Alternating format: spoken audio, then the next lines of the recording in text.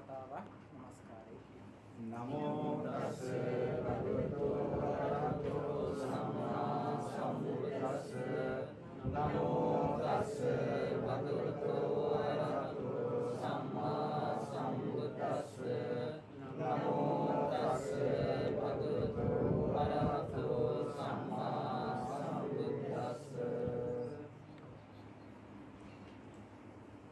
ගෞරවනීය අපේ හාමුදුරන් වහන්සේ ඇතුළු සදා වන්දනීය පූජනීය මහා සංඝරත්නයන් අවසරයි. ශ්‍රද්ධාවන්ත පින්වත්නි, ඉතින් අද දවසේ ධර්ම දේශනාවක් නෙමෙයි ධර්ම සාකච්ඡාවක් තියෙන නිසා ඉතින් අපිට ප්‍රශ්න ටිකක් ඉදිරිපත් කරලා තියෙනවා. ගෞරවනීය අපේ ස්වාමීන් වහන්සේ වඩිනකම් ඉක්මනින් උත්තර දෙන්න පුළුවන් ප්‍රශ්න ටික මම තෝරලා ගත්තා. ඒ ටික වලින් කතා කරලා ඉන්න.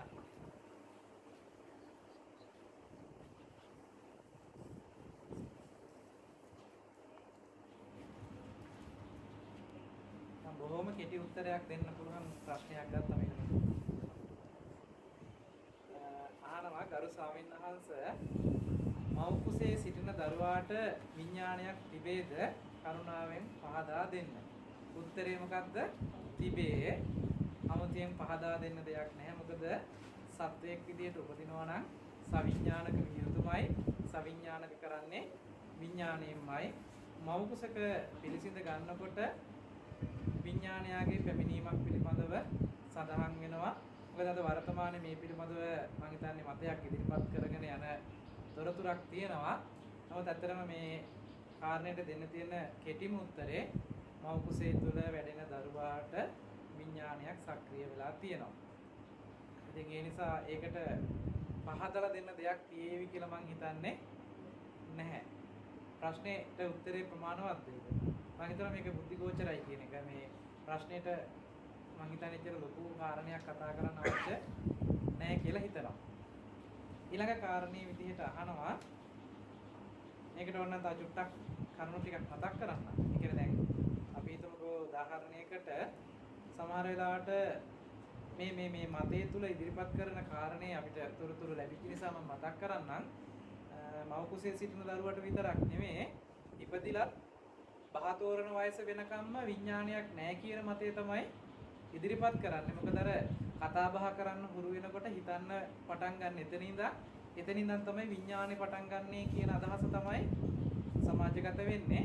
නමුත් මම ඔබට මතක් කරන්නම්, අම්මා මැරුණත් දරුවා ජීවත් වෙන අවස්ථාවල් ඕන තරම් අපිට තියෙනවා. සමාජයේ ඕන තරම් එහෙම අවස්ථාවල් අපි දැකලා තියෙනවා. මොකද අර ළමයි ඉපදෙලා කියන අඩු වයසෙන් ඉපදුනත් සමහරවිට අම්මා මැරිලා දරුවා බේර ගන්න පුළුවන් අවස්ථාවල් තියෙනවා. මොකද අම්මගේ විඥාණයෙන් දරුවා ජීවත් වෙන්නේ නැහැ. මොකද විඥාන දෙකක්මයි මෙතන.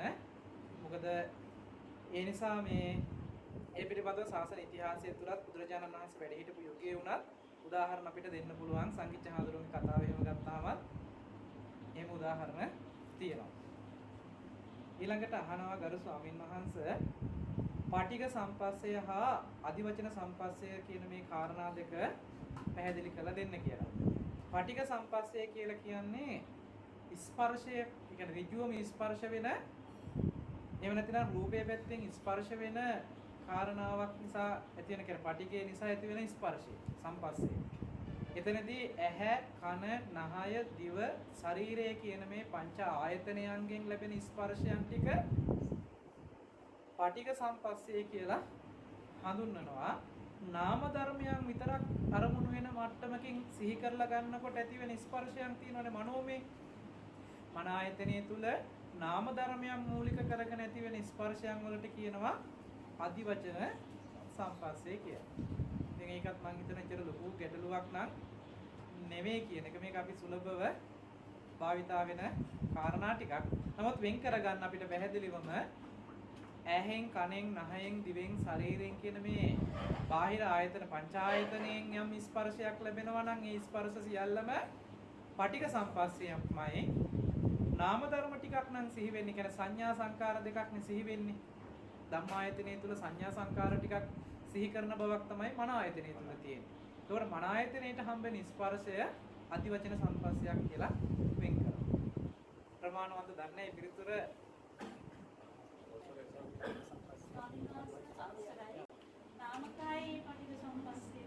නාමකාය කියලා කියන්නේ සංඥා සංකාර දෙකත් එක්ක තියෙන මේ මට්ටම තමයි. කියන්නේ චිත්තචෛසික දෙක තමයි නාමකාය විදිහට හම්බ වෙන්නේ.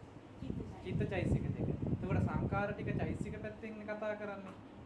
එතකොට ඒ ටිකෙන් සංකාර අපේ හිතේ දැන් හිතන්නකො ඔක දෙක සම්බන්ධ වෙන්නේ කොහොමද කියලා මතක් කරගන්නම්. අපි සරස මතක් කළා වගේ දැන් ඇහැට රූපයක් දැකලා චක්කු විඥානයක් පහළ වෙනවානේ. එතකොට මේ චක්කු විඥානයත් එක්ක එක චක්කුම් පටිච්ච රූපේච උපජි චක්කු විඥාන තින්න සංගති පස්සෝ කියලා මේ ස්පර්ශ වෙන අවස්ථාව පටික සම්පස්සය. ඒ කියන්නේ ස්පර්ශයක් වෙලාමයි පටිගයක් වෙලාමයි ඇති වෙන්නේ.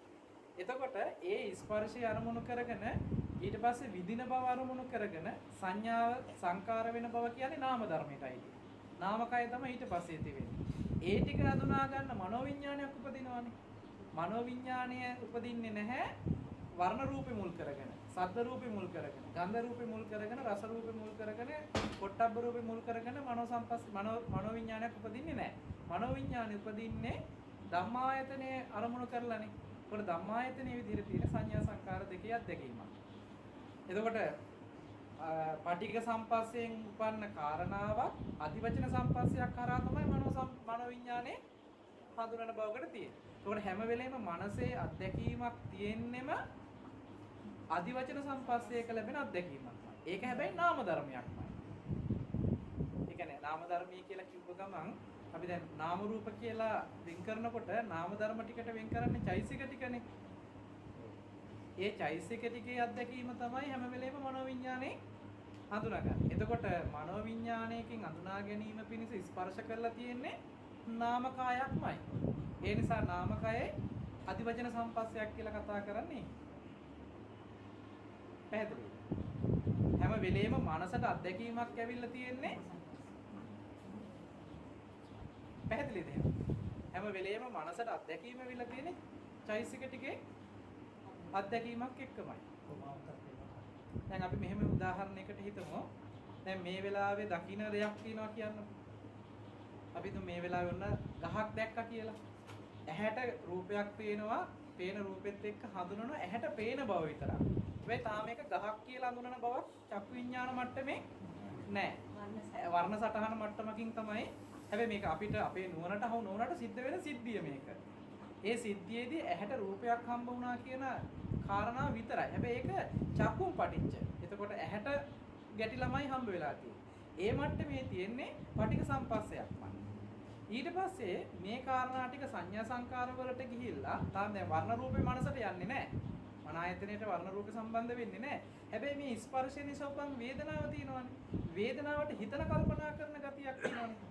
සංඥා සංකාර කරන බවක් තියෙනවානේ. ඊට පස්සේ සංඥා සංකාර දෙකෙන් උපන් එකක් තමයි ගහක් කියලා උත්තරයක් අපිට හම්බ වෙන්නේ. ඒ ගහක් කියලා හඳුනන බවක්නේ මනෝවිඤ්ඤාණයෙන් තියෙන්නේ. ඒතකොට මනෝවිඤ්ඤාණයට දීලා තියෙන්නේ සංඥා සංකාර දෙකෙන් හදලා දුන්න ගහක් හරි ගයක් හරි මිනිස්සෙක් හරි යම් මට්ටමක දෙයක් කෙනෙක් කියන අර්ථය හදලා දෙන්නේ මනෝ සම්පස්සේ. ඒතර මනෝ සම්පස්සේට ආව අරමුණ තමයි නාමකාය කියලා කියන්නේ. ඒතකොට නාමකායෙන් ඇති වෙන ස්පර්ශය අධිවචන සම්පස්සයක් කියලා ඒකට නම් කරනවා. මොකද එතනින් වෙන කෘත්‍යයයි චක්කුසෝත ගහන ජීව කාය කියන ඒ ධර්මතාවල වෙන කෘත්‍යයි කෘත්‍ය දෙකක් විදිහට පෙන්වන්න පුළුවන්. මොකද ඇහැට රූපයක් පෙනුනොට රූපේ මොකක්ද කියලා අඳුරන්න ඇහැට හැකියාවක් චක්කු විඤ්ඤාණ මට්ටමින් හැකියාවක් නැහැ. රූපයක් කියන එක අඳුන ගන්න පුළුවන් වුණාට ඒ රූපේ මොන රූපයක්ද කියලා හඳුනන බව තියෙන්නේ හැම වෙලෙම මනෝ අධිවචන සම්පස්සෙන් ආපු මනෝ විඤ්ඤාණයකටමයි. පැහැදිලිද?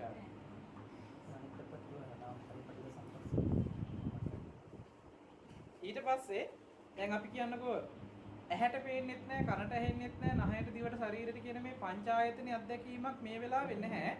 හැබැයි අපිට සිහි කරලා හිතේ සිහි කරලා ගන්න පුළුවන්කමක් තියෙනව නේද? පස්සේ පහුවෙලා හිතේ සිහි කරලා ගන්න පුළුවන්. දැන් මේ හිතේ සිහි කරන්නවා කියන කාරණාව තුලම තියෙන්නේ මනෝකය සිහිපත් කිරීමක්මයි. ඒ කියන්නේ සංඥා සංකාර දෙකෙන් ඇති වෙන කාරණාවක්මයි. ඒකද අරමුණු කළා උපදින විඥානේ මනෝ විඥාන මට්ටමින් තියෙයි. ඒද මනෝ විඥානයට අධිවචන සම්පස්සයක්මයි අන්තර්ගත වෙලා තියෙන්නේ. පැහැදිලිද?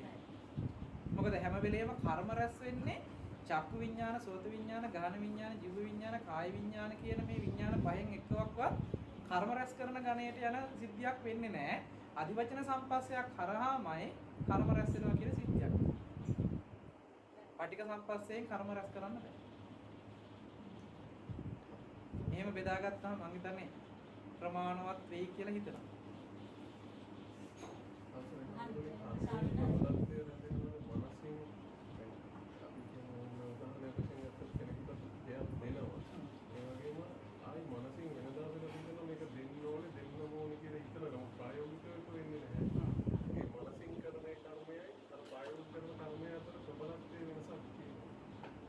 මානසික කරන කර්මය තමයි ප්‍රධාන වෙන කර්මය. ප්‍රධාන වෙන ඒක කර්ම පත බවට පත් කර ගන්න පුළුවන් කාය කර්ම වාක් කර්ම. කියන්නේ අපි හිතමුකෝ චේතනා ටික පහළ වෙනවා. අපි හිතමු කුසල කර්මයකට හෝ අකුසල කර්මයකට චේතනා ටික පහළ වෙනවා, කර්මයක් වෙනවා. මනෝමයෙන් සිද්ධ වෙන කාරණාවක්. හැබැයි ඒක වචනෙන් ක්‍රියාත්මක කරන්නේත් නැහැ, කායෙන් ක්‍රියාත්මක කරන්නේත් නැහැ. අපි හිතමුකෝ කෙනෙකුට බනින්න ඕනේ කියලා හිතෙනවා. හැබැයි වචනෙන් ඒක ක්‍රියාත්මක වෙන්නේ නැහැ. හැබැයි බනින්න ඕනේ කියලා හිතන වෙලාවේ පහළ වෙනවනේ චේතනා ටික. චේතනා ටිකට අනිවාර්යයෙන්ම කර්මයේ සිද්ධ වෙනවා.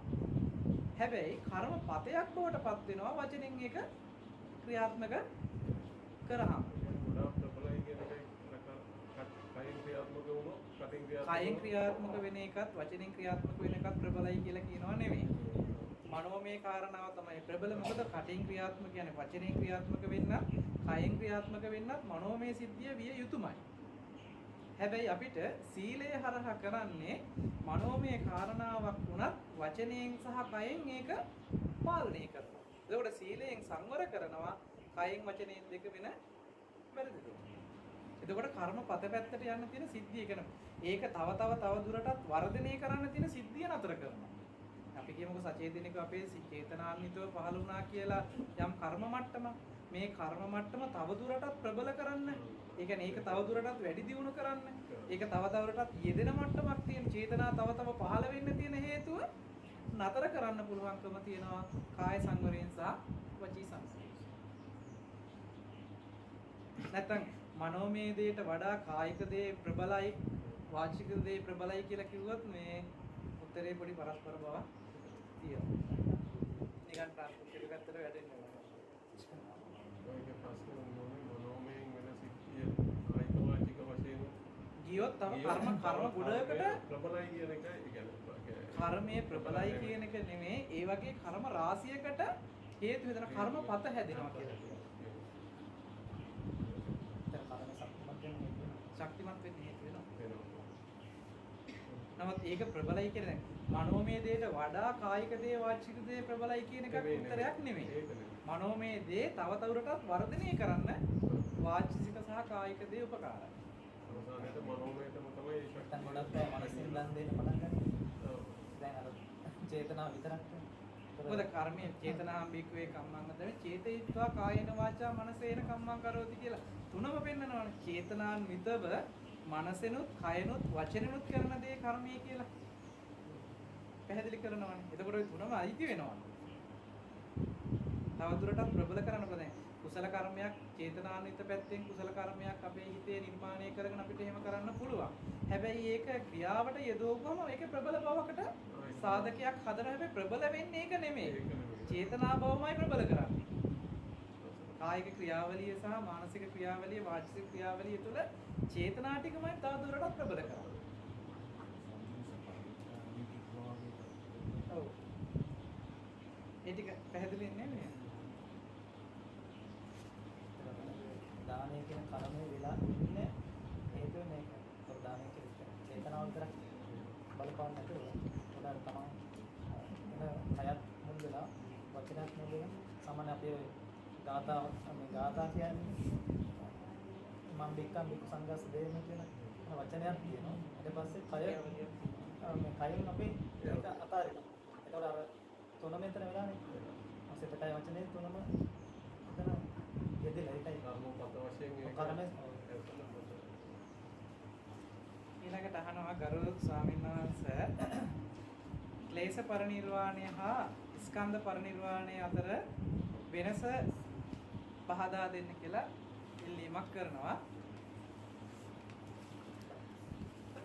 මේකේ මේ ප්‍රශ්නේ මෙතින් දෙකට බෙදලා තියෙනවා. ක්ලේශ පරිනිර්වාණය සහ ස්කන්ධ පරිනිර්වාණය කියන එක. ස්කන්ධ ටික නැතිවීම සහ ඒ කියන්නේ ස්කන්ධ ටිකේ පිරිනිවීම සහ ක්ලේශයන්ගේ පිරිනිවීම කියන කාරණා දෙක තමයි රහත් බවට පත්වීම ක්ලේශ පරිනිර්වාණයේ විදිහටත් රහතන් වහන්සේගේ පිරිනුවම් පෑම ස්කන්ධ පරිනිර්වාණයේ විදිහටත් පිරිනුවම් පෑම දෙකක් අපිට පෙන්වනවානේ. සෝපාදිශේෂ පරිනිබ්බාන අනුපාදිශේෂ පරිනිබ්බාන කියන එක. දැන් මේක තේරුම් ගන්න ඕන කාරණාව තමයි ස්කන්ධ ටිකට හේතු ටිකක් තියෙනවා.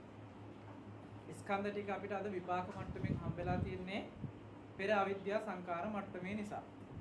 පෙර ජීවිතයක නැත්නම් පෙර අවිද්‍යාවයි සංකාරයයි හින්දා මේ ජීවිතේ අපිට විපාක මට්ටමින් හම්බෙලා තියෙනවා ස්කන්ධ ටික. මේ ස්කන්ධ ටික යම් දවසක ඒ හේතු නිරෝධයෙන් නිරෝධයටපත් වෙන අවස්ථාවක් තියෙයි. හැබැයි මෙහෙම හම්බ වෙච්ච ස්කන්ධ ටිකක් පවතින බව තේරුම් ගන්නට නුවණ නොතිබුණ නිසා මේ ස්කන්ධ ටිකේ අනුශය වශයෙන් ආශ්‍රව වශයෙන් පැවතිච්ච කෙලෙස් ටික මේ ස්කන්ධ ටික ඇසුරු කරගෙන පුද්ගල භාවයක් හදාගෙන අපි මේ තුල ජීවත් වෙලා කෙලෙස් රැස් කරපු බවකට තියෙයි. කර්ම රැස් කරපු බවකට තියෙයි. එතකොට නුවණක් ඇවිල්ලා බුදුරජාණන් වහන්සේ නමකගේ දේශනා උපකාරයෙන් ධර්ම ශ්‍රවණය කරලා අපිට නුවණක් උපදිනවා මෙන්න මෙහෙම ස්කන්ධ ටිකකට කෙලෙස් ටිකක් සම්බන්ධ වෙලා තමයි මේ සසරක ගමන ඇවිල්ලා තියෙන්නේ. එහෙමනම් මේ ස්කන්ධ ටිකෙන් කෙලෙස් ටික ඉවත් කළාම ප්‍රතිපදාව තුලින් ස්කන්ධයන්ගෙන් කෙලෙස් ටික වෙන් කළා කෙලෙස්යන් ප්‍රහීන කළ දවසට ක්ලේශයන්ගේ ස්වභාවය නිරෝධයකටපත් කරන්න පුළුවන්. එදාට තමයි ක්ලේශ පරිනිර්වාණය කරා කියන්නේ. හැබැයි ක්ලේශ පරිනිර්වාණය වුණාට තාම ස්කන්ධ ටික ඉතුරු වෙලා තියෙනවා. අපි කලේ කෙලෙස් ටික ස්කන්ධ ටිකත් එක්ක යෙදිලා තියෙන කෙලෙස් ටික මේ ස්කන්ධ ටිකෙන් ගෙවා දමපු එකයි. ස්කන්ධ ටික ඉතුරු කරලා කෙලෙස් ටික ගෙවා දැම්මා. ඒකට කියනවා ක්ලේශ පරිනිර්වාණය කියලා. රහත් වෙනවා කියලා අපි කතා කරන්නේ රහත් ඵලයටපත් වෙනවා කියලා කතා කරන්නේ ඔන්න ওই ටික. ඒකට ප්‍රතිපදාවක් අවශ්‍යයි. හැබැයි ස්කන්ධ පරිනිර්වාණයට ප්‍රතිපදාවක් පනවුවේ නැහැ. ක්ලේශ පරිනිර්වාණයට තමයි ප්‍රතිපදාව පනවලා තියෙන්නේ. නිවන් දකින්න වැඩපිළිවෙලක් අපිට හැම වෙලෙම හම්බ වෙන්නේ ක්ලේශ පරිනිර්වාණයකට. මොකද ක්ලේශ පරිනිර්වාණයෙන් තමයි කෙලස් ටික නිරෝධයටපත් වුණාම නිවන සාක්ෂාත් වෙන්නේ. හැබැයි ස්කන්ධ පරිනිර්වාණය සිද්ධ වෙනවා ආයුෂය ඉවරුනහම මේ ස්කන්ධ ටිකේ යම් ආයුෂයක් තියෙනවා නම් මේ ආයුෂ ඉවර වෙච්ච දවසට ස්කන්ධ පරිනිර්වාණය ස්වභාවයෙන්ම සිද්ධ වෙනවා. අදටත් අපිටත් කාටත් මේ ජීවිතයක් ගානේ මැරිලා උපදින ආත්මයක් එහෙම නැත්නම් උපදින අවස්ථාවේ මැරෙන අවස්ථාවක් ගානෙම මේ ස්කන්ධයාගේ විදීම සිද්ධ වෙනවමයි. හැබැයි ඒක ස්කන්ධ පරිනිර්වාණයක් දක්වා යන්නේ නැත්තේ නැවත කෙලෙස් වලින් නැවත ස්කන්ධ ටික හට ගන්න මට්ටමට කර්මයකට විපාක මට්ටමක් හදලා තියෙන නිසා. ඒ නිසා තමයි ඒ ස්කන්ධ විදේ යාම ස්කන්ධ පරිනිර්වාණයක් විදියට හඳුන්වන්නේ නැත්තේ. පැහැදිලිද? යම් දවසක ක්ලේශ පරිනිර්වාණයක් සිද්ධ වෙච්ච දවසට මේ විදිහටම ස්කන්ධයාගේ විදේ යාමක් සිද්ධ වෙනවා. අපි මැරෙනවා වගේම මරණයටපත් වෙන ස්කන්ධයාගේ බිඳී යාමක් සිද්ධ වෙනවා. හැබැයි ඒ ස්කන්ධයාගේ බිඳී යාම තුල කෙලෙස් මට්ටමකින් ආය නැවත කර්ම රැස් කරලා මතු අනාගතයේ උපදිනවා කියන තැනකට විපාක ලබනවා කියන සිද්ධියකට මේ ස්කන්ධයාගේ බලපෑමක් වෙන්නේ නැති නිසා ඒක පිරිනිවීමක් එහෙම නැත්නම් නැවත නොහට ගැනීමක් කියන තැනටමපත් වෙනවා. නොහට ගැනීමේ අර්ථයෙන්ම පිරිනිවීමකට ලක් වෙනවා. එතකොට ක්ලේශ පරිනිර්වාණය කියන කාරණාවයි ස්කන්ධ පරිනිර්වාණය කියන කාරණාවයි කාරණා දෙකක් විදිහට වෙන් කරන්නේ ඒ නිසා.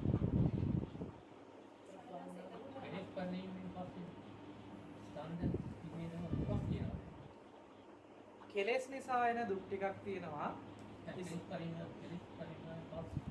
කෙලෙස් පිරිනිවීම පස්සේ ස්කන්ධයාගේ මූලික වෙච්ච දුකක් තියෙනවා. අපි කියමුකෝ සීතල උෂ්ණ දැනෙන බව. ඒක යම් අපහසුයක් කාය ප්‍රතිබද්ධ වෙන සියලු දුක් ටික තියෙයි. ඒ දුක් ටික තුල කෙලෙස් මට්ටමින් අද අපිට පුද්ගල භාවයට හම් වෙන දුක් ටික තියෙන්නේ. ඒ මට්ටමේ දශමයක දුකක් නැහැ. වයසට යනවා කියන එක වෙයිනේ. ලෙඩ වෙනවා කියන එක වෙයිනේ. හැබැයි අද අපිට වයසට යන්නේ ලෙඩ වෙන්නේ කවුද? මම කියන තැනක ඉන්නේ තියෙන්නේ. මම ලෙඩ වුණා, මගේ කෙනෙක් ලෙඩ වුණා කියන තැනක ඉන්නේ තියෙන්නේ. අපිට ස්කන්ධ මට්ටමේ දුක නෙමෙයි හම්බෙලා තියෙන්නේ. අපිට ස්කන්ධ උපාදාන කරගත්ත කෙලෙස් මට්ටමේ දුක හම්බෙලා තියෙන්නේ. යම් දවසක කෙලෙසයන්ගේ පරිනිර්වාණයටපත් උනත් වයසට යනවා කියන මේ ස්කන්ධයාගේ විපරිණාම භවකටපත් වෙන ස්වභාවය වෙනස් කරලා නැහැනේ. ස්කන්ධයාගේ විපරිණාමයටපත් වෙන ස්වභාවය ඒ විදිහටම පවතී. ඒ කියන කාරණාව තුල වේදනාව දුක්සහගත වේදනාවක් උපදී. හැබැයි ඒ වේදනාව පුද්ගල භාවයෙන් විඳින දුක විඳින පුද්ගලයෙක් නෑ. කර්මයක් රැස් වෙන මට්ටමක් නෑ කෙලෙස් නැති නිසා. අපි කියමුකෝ දැන් සීතල උෂ්ණ දැනෙන බව, බඩගින්න පිපාසය දැනෙන බව, කායික ස්පර්ශයෙන් දැනෙන වේදනාවල් තියෙනවා. කාය සංපස්සයෙන් දැනෙන වේදනාවල් ටිකක් තියෙනවා. මොකද මේ එකක්වත් නැති කරලා නැහැනේ. මොකද මේ ඔක්කොම විපාක මට්ටම. ඇහැට රූප පේන එක නතර කරලා නැහැ. හැබැයි ඇහැට රූප පේන එක සිද්ධිය තුළ මම බලන රූප මට බලන්න ඕනේ රූප ටිකක් මම බලන කෙනෙක් එනත රූප බලන කෙනෙක් ඉන්නවා කියන මට්ටමින් හදාගත්ත කෙලස් ටික නැහැ. ඇහැ ඇති කල්ලි රූප පේනවා කියන සිද්ධියක් වෙයි. ඒ වගේම කය ඇති කල්ලි ස්පර්ශ වෙන සිද්ධියක් වෙයි. ඒ සිද්ධි තුළ සුඛ වේදනා දුක් වේදනා කියන මට්ටමක වේදනා මට්ටම තියෙයි. හැබැයි ඒ එකක්වත් අර කියන මට්ටමට සසරක වැටෙන දුක් ප්‍රමාණයකින් පෙන්නන උපාදාන වෙච්ච දුක එකක්වත් නැහැ. බුදුරජාණන් වහන්සේ අපිට පෙන්වුවේ උපාදාන මට්ටමින් ආපු දුක් ටික දුරු කරන වැඩපිළිවෙල. පැහැදිලිද? අපි රමුකෝ දැන් භාග්‍යවතුන් වහන්සේගේ මට්ටමින් අපිට උත්තරයක් දෙන්න නිකන් සරල මං හිතන් උදාහරණයක් ගන්නම්. භාග්‍යවතුන් වහන්සේ මතක් කරනවා ආනන්දේ මට පිපාසයි කියලා. ඊළඟට මතක් කරනවා ඉසේ රදයක් තියෙනවා. හොඳේ අමාරුවක් තියෙනවා. දැන් එතකොට මේ අදහස් ටික ඉදිරිපත් කරනකොට මොකද සම්මත ලෝකේ සම්මත වචන ටිකකින් කතා කරේ. එතකොට කෙනෙකුට හිතෙන්න පුළුවන් මේ දැන් බුදුරජාණන් වහන්සේද මේ පුද්ගලයා මම මගේ කියන අදහසින් කතා කරලා තියෙනව නේද කියලා දැනකින් ගත්තොත් එහෙම එතකොට අපිට චෝදනාවක් කරන්න වෙන අභූතේ බුදුරජාණන් වහන්සේගේ සක්කාය දිට්ඨියවත් නැති වෙලා නෑ නේද කියලා. ඒක සාධාරණ වෙන්නේ නෑ කියන එක අපි කාටවත් තේරෙවි. සම්මත ලෝකේ සම්මත අදහසෙන් කතා කරන එක නෙමෙයි ප්‍රශ්නේ තියෙන්නේ. ඒ දැනෙන වේදනා පුද්ගල භාවයෙන් ගත්තද නැද්ද කියන එකයි කාරණාව. මොකද කෙලෙසයක් සංසිඳුණට කෙලෙස පරිනිර්වාණයක් සිද්ධ කළාට තාම ස්කන්ධයාගේ ප්‍රතිබද්ධ වෙච්ච වේදනා ටිකක් තියෙයි. මොකද විපරිණාම භාවයටපත් වෙනකොට ඒ ස්වභාවය තුල තියෙන ධර්මතා ටිකක් ඒක. ධර්මතා ටිකක් හැටියට අඳුනන්න පුළුවන් නුවණක් තියෙනවා. ඒක තමන්ගේ කරගන්න කෙලෙස් නැහැ. කරගෙන නැහැ නෙමේ කරගන්න තියෙන හේතුම නැහැ. ඒක යෙදෙන්නේ නැහැ. ඒක වෙන්න පුළුවන් සිද්ධියක්. පැහැදිලිද? මොකද ස්කන්ධයාගෙන් එන දුක වෙනවත් ස්කන්ධයාගෙන් එන දුක් ටික තමන්ගේ කරගෙන විඳින බවකුත් තියෙයි. අපේ ස්වාමීන් නිතරම ගන්න උදාහරණයක් තියෙයි. දැන් ගහකට වයසට යන්නේ නැද්ද ගහ? ගහක් ලෙඩ වෙන්නේ නැද්ද? මේ ගහටල නොයෙකුත් يعني කරදර බාධා يعني අතු කැඩෙනවා සමහරලාට මුල් කැඩෙනවා ගහ ඉදිරිලා වැටෙනවා ගහ මැරිලා යනවා සමහරලාට මේ වගේ සිද්ධි ටිකක් වෙන්න පුළුවන්. ඒකට දැන් ඒ වෙන්නේ රූපෙට වෙන සිද්ධි ටිකක් ඒ වගේම සිද්ධි ටිකක් මේ රූපෙටත් සිද්ධ වෙනවා. හැබැයි මේ රූපෙට ඒ සිද්ධ ටික සිද්ධ වෙනකොට ඒ සිද්ධ වෙච්ච සිද්ධි ටික මට වුණා මගේ කෙනෙකුට වුණා කියන තැනකින් අපි අද පරිහරණය කරලා තියෙනවා. එතකොට දැන් ගහක අත්තක් කඩන් වැටෙනවා කියන එකයි මේ අත කඩන් වැටෙනවා කියන එකයි ධර්මතාවය ගත්තොත් දෙකම රූප ධර්මතාවයක වෙච්ච සිද්ධියක්. හැබැයි ගහක අත්තක් කඩන් වැටෙනකොට අනේ මගේ අත කඩන් වැටුණා කියන මට්ටමකට එතන මානසික මට්ටමක් උපදින්න පුළුවන් විදිහට සවිඥානික සචේතනික සිද්ධියක් නැහැ. මොකද සම්පූර්ණ රූප මට්ටම කියන කාරණාව එතන පිටලා නිසා. හැබැයි මෙතන එහෙම වුණොත් මගේ අත කඩන් වැටුණා කියන මට්ටමක් මට හම්බ වෙන්නේ මම කියන පුද්ගල භාවයෙන් මේ අත පරිහරණය කරපු නිසා. යම් දවසක මේ කියන මට්ටමේ කෙලෙස් පරිනිර්වාණයක් සිද්ධ වෙච්ච දවසට මේ අත කඩන් වැටුණා කියන සිද්ධියකින් අර ගහේ අත්තක් කඩන් වැටුණා කියන සිද්ධියට හා සමානයි. හැබැයි එකම එක කාරණයක් තියෙනවා මෙතන සවිඥානිකින් හින්දා කාය ස්පර්ශයෙන් එන වේදනාවක්. හැබැයි මේ වේදනාව මම මගේ කියන තැනකින් පුද්ගල භාවයට විදින ස්වභාවය. අතන විඥානේ නැති හින්දා සවිඥානික නොවන හින්දා එහෙම වේදනාවක්වත් දැනෙන්නේ නැහැ. හැබැයි මෙතන වේදනාව කියන එක දැනෙනවා. එච්චරයි වෙනසකට තියෙන්නේ. සාරාංශ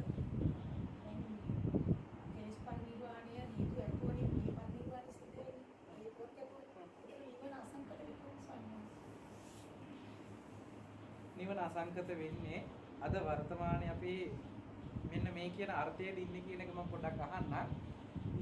රහත් බව කියන එකයි නිවන කියන එකයි දෙකම එකයි කියලාද අපි හිතාගෙන ඉන්නවා. එහෙම නේද? ඒ නිසා ඔය ප්‍රශ්නේ අහන්න වෙන්නේ සෝවහන් සකදාගාමි අනාගාමි අරිහත් කියන මේ හතරම මාර්ගය නිසා ඵලයටපත් වෙච්ච කාරණා. ඒකට මේ හතරටම හේතුවක් තියෙනවා. මාර්ගයේ හේතු කරගෙන ඵලයටපත් වුණා කියන ධර්මතාවය. හැබැයි මේ 8ම, ඒ කියන්නේ මාර්ග 4යි ඵල 4යි කියන මේ ධර්මතා 8ම ලෝකෝත්තරයි. ලෝකෙට අයිති නෑ. හැබැයි මේ 8ම සඳහන් කරනවා සංකතයි කියලා. හරිද? නිවන කියන එක ලෝකෙට අයිති නෑ. ඒකත් ලෝකෝත්තරයි. හැබැයි නිවන අසංකතයි.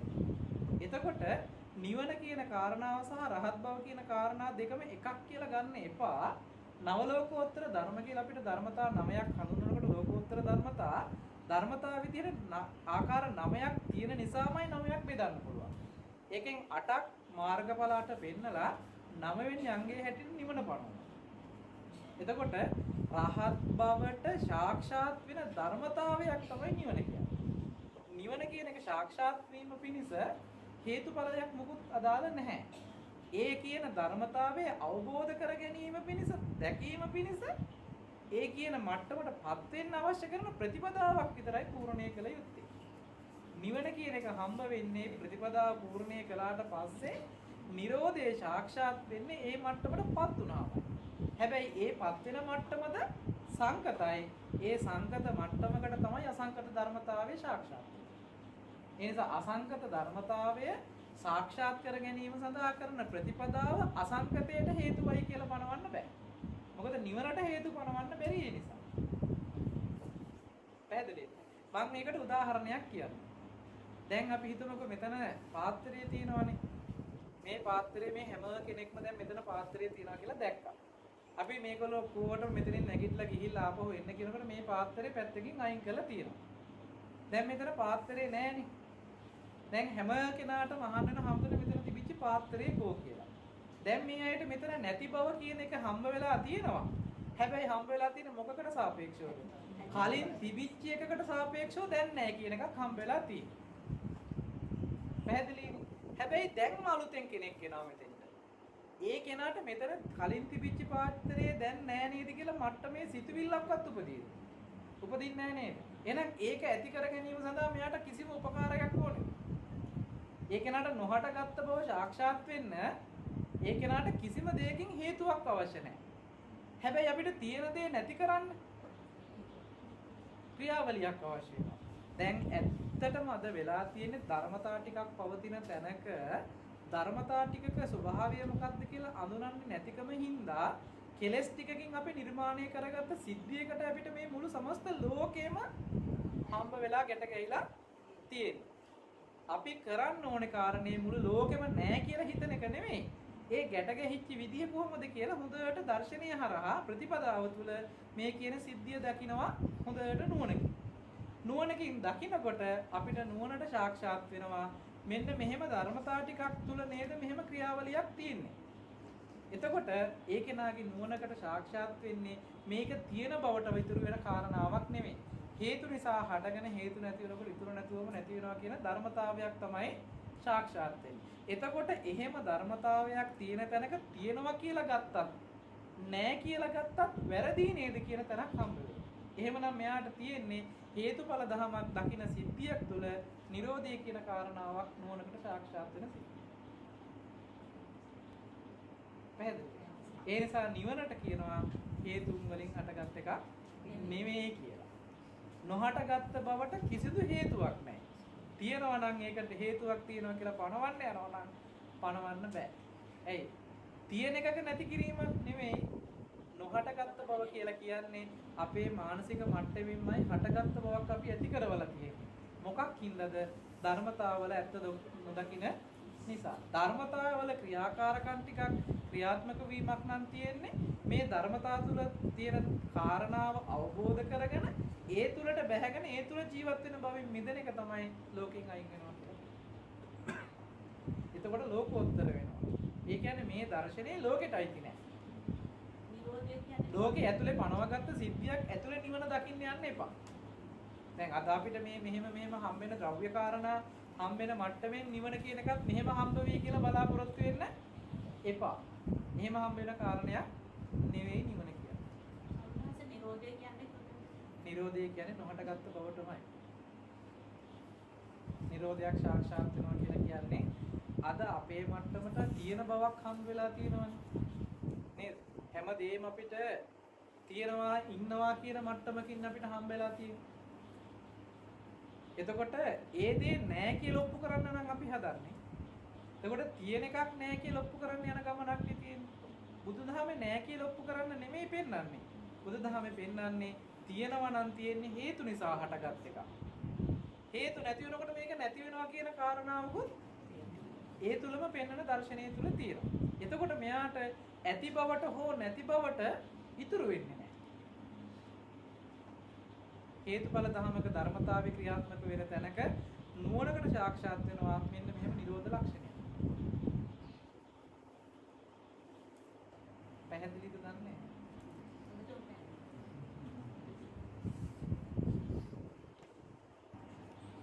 පළමුව දැකීම සිදුවන්නේ චක්කු විඥාන සිතටද? පළමුව දැකීම සිදුවන්නේ චක්කු විඥාන සිතටද? පළමුව දැකීම කියන අදහසින් මොකද්ද මෙතන අර්ථය ගත්තේ කියන එක ගැන මට ප්‍රශ්නයක් තියෙයි. නමුත් මේ කියන්නේ ඉස්සල්ලාම පේන්නේ චක්කු විඥාන හිතටද කියන එක වෙන්නේ නැති කියලා හිතනවා. චක්කුම් පටිච්ච රූපේච උප්පජ්ජති චක්කු විඥාන. හරිද? එතකොට චක්කු විඥානයේ මුලට ගෙනාවේ නැහැ. ඇහැ ඇති වෙන්න ඕනේ, රූපය ඇති වෙන්න ඕනේ. මේ දෙකේ සම්බන්ධය තමයි සවිඥානික වෙච්ච ගමන් ඇහැට රූපයක් පෙනුණා කියන දැන ගැනීම ඇති වෙන්නේ. පැහැදිලිද? එතකොට මෙතනින් අහන ප්‍රශ්නේ මම හිතනවා මනෝ විඥානට කලින් චක්කු විඥානය උපදිනවා නේද කියන අදහස. ඒ අදහසින් උත්තරේ ඇහුවොත් ඇත්තටම ඔව් මනෝ විඥාණයට කලින් චක්කු විඥානේ උපදිනවා පෙනීම කියන සිද්ධියට. කියන්නේ මොකද ඇහැට රූපයක් පේනවා කියන සිද්ධිය තුළ පෙනිච්ච එක මොකද්ද කියලා හිතන එක තමයි මනෝ විඥාණයටයි. පේනවා කියන ධර්මතාවය මොකද්ද කියන්නේ පේනවා කියන සිද්ධියක් දැනගන්නවා කියන තැනකට එන්නේ චක්කු විඥානය. පේන බව කියන එක හඳුනාගන්නේ චක්කු විඥාණයෙන්. පෙනුනේ මොකද්ද කියලා හඳුනාගන්න එකයි වෙන්නේ මනෝ විඥානය.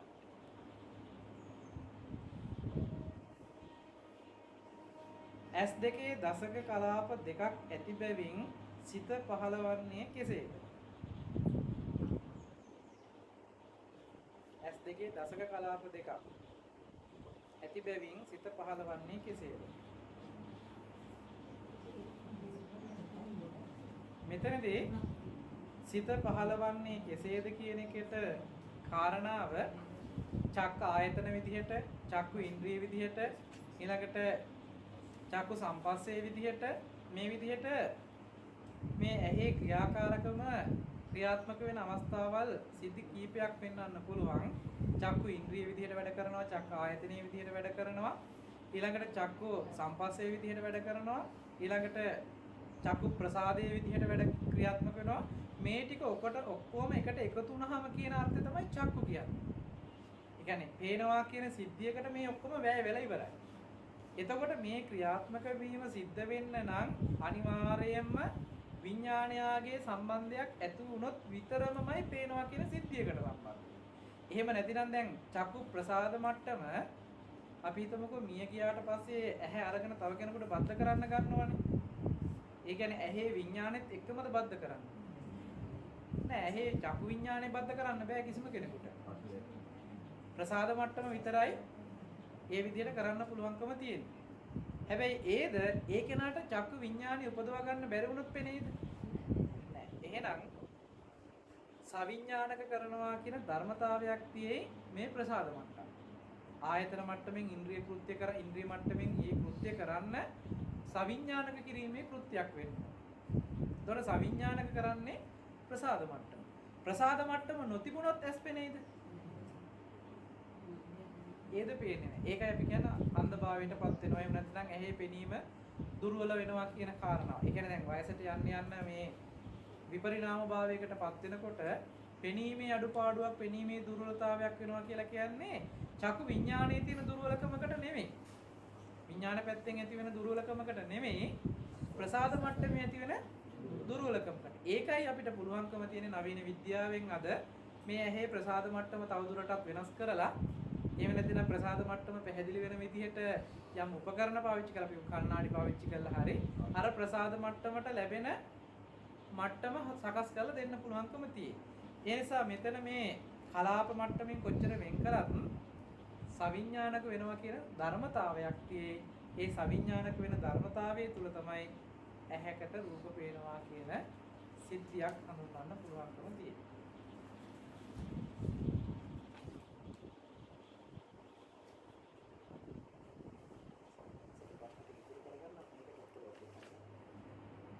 සති නිමිත්ත යනු කුමක්ද? සති නිමිත්තේ සිහිය පිහිටුවා ගන්නේ කෙසේද? සති නිමිත්තේ සිහිය තබා ගැනීමේදී ආනාපාන සතිය තුළ සිත දෙපොලක පිහිටවනවාද? එනම් හුස්ම ගැනීම පිටවීම සති නිමිත්ත තුලත් යන දෙපළෙහි. මේකට උත්තරයක් දෙන්න. සති නිමිත්ත යනු කුමක්ද කියලා අහනවා පළවෙනි ප්‍රශ්නේ.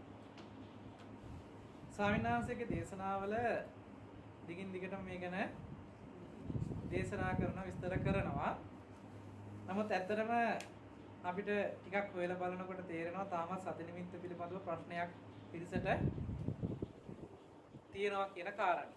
ඒ නිසා මේක ගැන ටික වෙලාවක් වැඩිපුර අරගෙන පොඩක් කතා කරන්න. මොකද අනිත් ප්‍රශ්න ටිකත් එක්ක හරි මේ ටිකත් හරි කියලා හිතෙනවා. මොකද අපිට දර්ශනීය පැත්තෙන් සායනාසයෙන් දේශනා අපි ඕන තරම් අහන නිසා ඒ ප්‍රශ්න ටික විසඳ ගන්න පුළුවන් ගොඩාක් කාරණා තියෙයි. නමුත් මේ ප්‍රායෝගිකව කරන්න යනකොට අපිට මෙන්න මේ ප්‍රශ්න ටික විසඳගත්තේ නැත්නම් ඉදිරියට ප්‍රායෝගිකව කරන වැඩපිළිවෙල කරන්න බැරුව යනවා. ඉතින් අද සති නිමිත්ත පිළිබඳව ගොඩාක් දුරට හිතාගෙන ඉන්නවා පිරිස හුස්ම රැල්ල වදින තැන පිළිබඳව. ඒ කියන්නේ ආනාපාන සති භාවනාවට අයිති හුස්ම රැල්ල වදින තැන සිහිය පිහිටවන එක තමයි සති නිමිත්ත. එහෙම නැත්නම් සිහිය පිහිටවන තැන කියන්නේ. නමුත් අපිට ත්‍රිපිටකයේ පුරාවට අපි පොඩි අධ්‍යයනයක් කළාට පස්සේ මට මතකයේ නිවැරදි නම් සූත්‍ර 17ක හම්බ වෙනවා. සූත්‍ර 17යි අභිධර්ම පිටකයේ විභංග ප්‍රකරණේ ඥාන විභංගයේ කියන මේ තැනයි 18 තැනක හම්බ වෙනවා. මේ සති නිමිත්ත වෙන් කරලා පෙන්නනවා ආනාපානේ නැති අවස්ථාවක. ඒ කියන්නේ ආනාපාන සති භාවනාවට යොදන්නේ නැතුව ඒක ගැන විස්තරයක් සඳහන් වෙන්නේ නැතුව වෙනමම සති නිමිත්ත ගැන විතරක් කතා කරනවා ස්ථාන 18ක. ආනාපාන සති භාවනාව තුල එහෙම නැතිනම් ආනාපාන සති භාවනාව විස්තර කරන තැන සති නිමිත්ත ගැන කතා කරනවා ස්ථාන 6ක. ඒකට වැඩිපුර කතා කරලා තියෙනවා ආනාපානෙන් බැහැරව.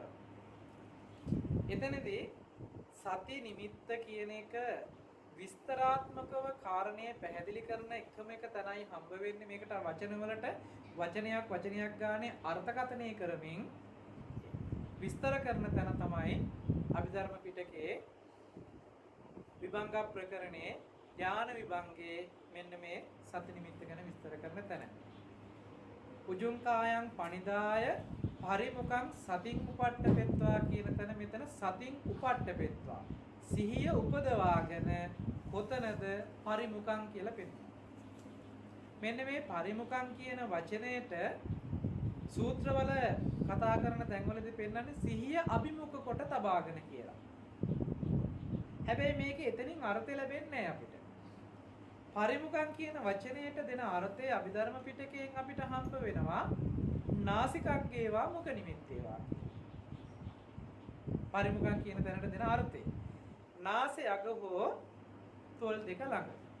මෙන්න මේ දෙපොලෙන් එක පොලක තමයි සති නිමිත්ත පිහිටවන්න පුළුවන් තැන හැටියට අභිධර්ම පිටකේ අපිට විස්තර කරන්නේ. එතකොට සති නිමිත්ත කියලා කියන්නේ මෙන්න මේ සිහිය පිහිටුවා ගැනීම පිණිස සකස් කර ගන්නා වූ නිමිත්තටද කියනවා සති නිමිත්ත කියලා. මේක తాවකාලිකව නිමිත්තක් විදිහට අපි හදාගත්තාම එතන සිහිය පිහිටුවපුවාම නිමිත්ත මැකිලෙයි හැබැයි සිහිය පිහිටන බව හොඳට ප්‍රකට වෙලා තියෙන්නේ. ඉතින් මේක ගැන මතක් කරන්නම් මොකද මේකේ ප්‍රශ්න කීපෙම අහනවා මේක ගැන සම්පූර්ණව සති නිමිත්ත කියන්නේ මොකක්ද? ඒක පිහිටුවා ගන්නේ කොහොමද? එහෙම තබා ගත්තාම ආනාපාන සතියත් එක්ක ඇති වෙන කාරණා ටික මොනවද කියලා. ඒ නිසා මේක ගැන චුට්ටක් මතක් කරන්නම්. නාසය අග හෝ තොල් දෙක ළඟ සිහිය පිහිටුවා ගන්නේ කොහොමද කියන එක ගැන කියලා දෙන්න. ඒ කියන්නේ යනකොට මේ අනිත් ප්‍රශ්න වලට උත්තර ටික හම්බ වෙනවා. අපි මේක ආනාපාන සති භාවනාවත් එක්ක පටලවා ගන්න එපා. ආනාපාන සති භාවනාවත් එක්ක පටලවා ගන්න එපා කිව්වේ ආනාපාන සති භාවනාව ඇතුලේ සති නිමිත්ත හදනවා නෙමෙයි. දැන් අද කරන්නේ හුස්ම රැල්ල දිහා බලාගෙන ඉන්නවා. හුස්ම රැල්ල ඊට පස්සේ වදින තැන ප්‍රකට වෙනවා. ඒ වදින තැන සති නිමිත්ත අල්ලන්න හදනවා. එහෙම කළොත් දෝෂයක් හිටිනවා. ඒ දෝෂේ තමයි හුස්ම රැල්ල වදින වෙලාවට නම් සිහිය පිහිටුවේ එතන. හුස්ම රැල්ල වදින වෙලාව දැනෙන්නේ නැති අවස්ථාවල පිහිටවගෙන ඉන්න පුළුවන්කමක් නැති වෙයි. මොකද හැම වෙලේම හුස්ම ගන්න බව ඇත්ත. නමුත් හුස්ම රැල්ල වදින බව හැම වෙලේම අපිට දැනෙන්නේ නැති වෙලාවල් තියෙනවා. ඒ වෙලාවට සිහිය පිහිටවන්න ක්‍රමයක් නැතුව යයි හුස්ම රැල්ල වදින වෙලාවේ වදින තැනට සිහිය පිහිටුව. ඒ නිසා මේක හුස්ම රැල්ලත් එක්ක සම්බන්ධයක් ගොඩනගන්න හදන්න එපා. එහෙම يعني සත්‍ය හුස්ම රැල්ල වදින තැන බැලුවා කියලා දෝෂයක් නෙමෙයි. يعني හදාගත්ත කෙනාට ගැටලුවක් නැහැ. නමුත් එහෙම මුලින්ම හදන එක දෝෂයක්. ඒ නිසා අපේ ස්වාමීන් වහන්සේ මතක් කළා මොකට කලිනුත් මම හිතන්නේ වැඩසටහන් වලදී දේශනාවලදී සති නිමිත්ත ගැන මතක් කරලා තියෙන හින්දා මම ඒ ටිකත් එතුලත් වෙන විදිහට කරුණු ටික මතක් කරන්නම්. අපිට නාසය අගද තොල් දෙක ළඟද කියන එක ඉස්සලා වෙන් කරගන්න. Tamanට වැඩියෙන්ම ප්‍රකට වෙන්නේ කොතනද? ඒ සඳහා පොඩි ප්‍රායෝගික සිද්ධවීමක් පරීක්ෂණයක් කරන්න තියෙනවා. කෙනෙකුට මෙතන නාසය අග පොඩ්ඩක් මෙහෙම ස්පර්ශ කරලා ස්පර්ශ කරන එක නතර කළාම ඒ දැනුම් සහිත බව තියෙන කාලපරාසය ටිකක් හිතින් දැනගන්න කොච්චර වෙලාවක් මේක රැඳෙනවද කියන එක. තප්පර වලින් මනින්න ඕනේ නෑ.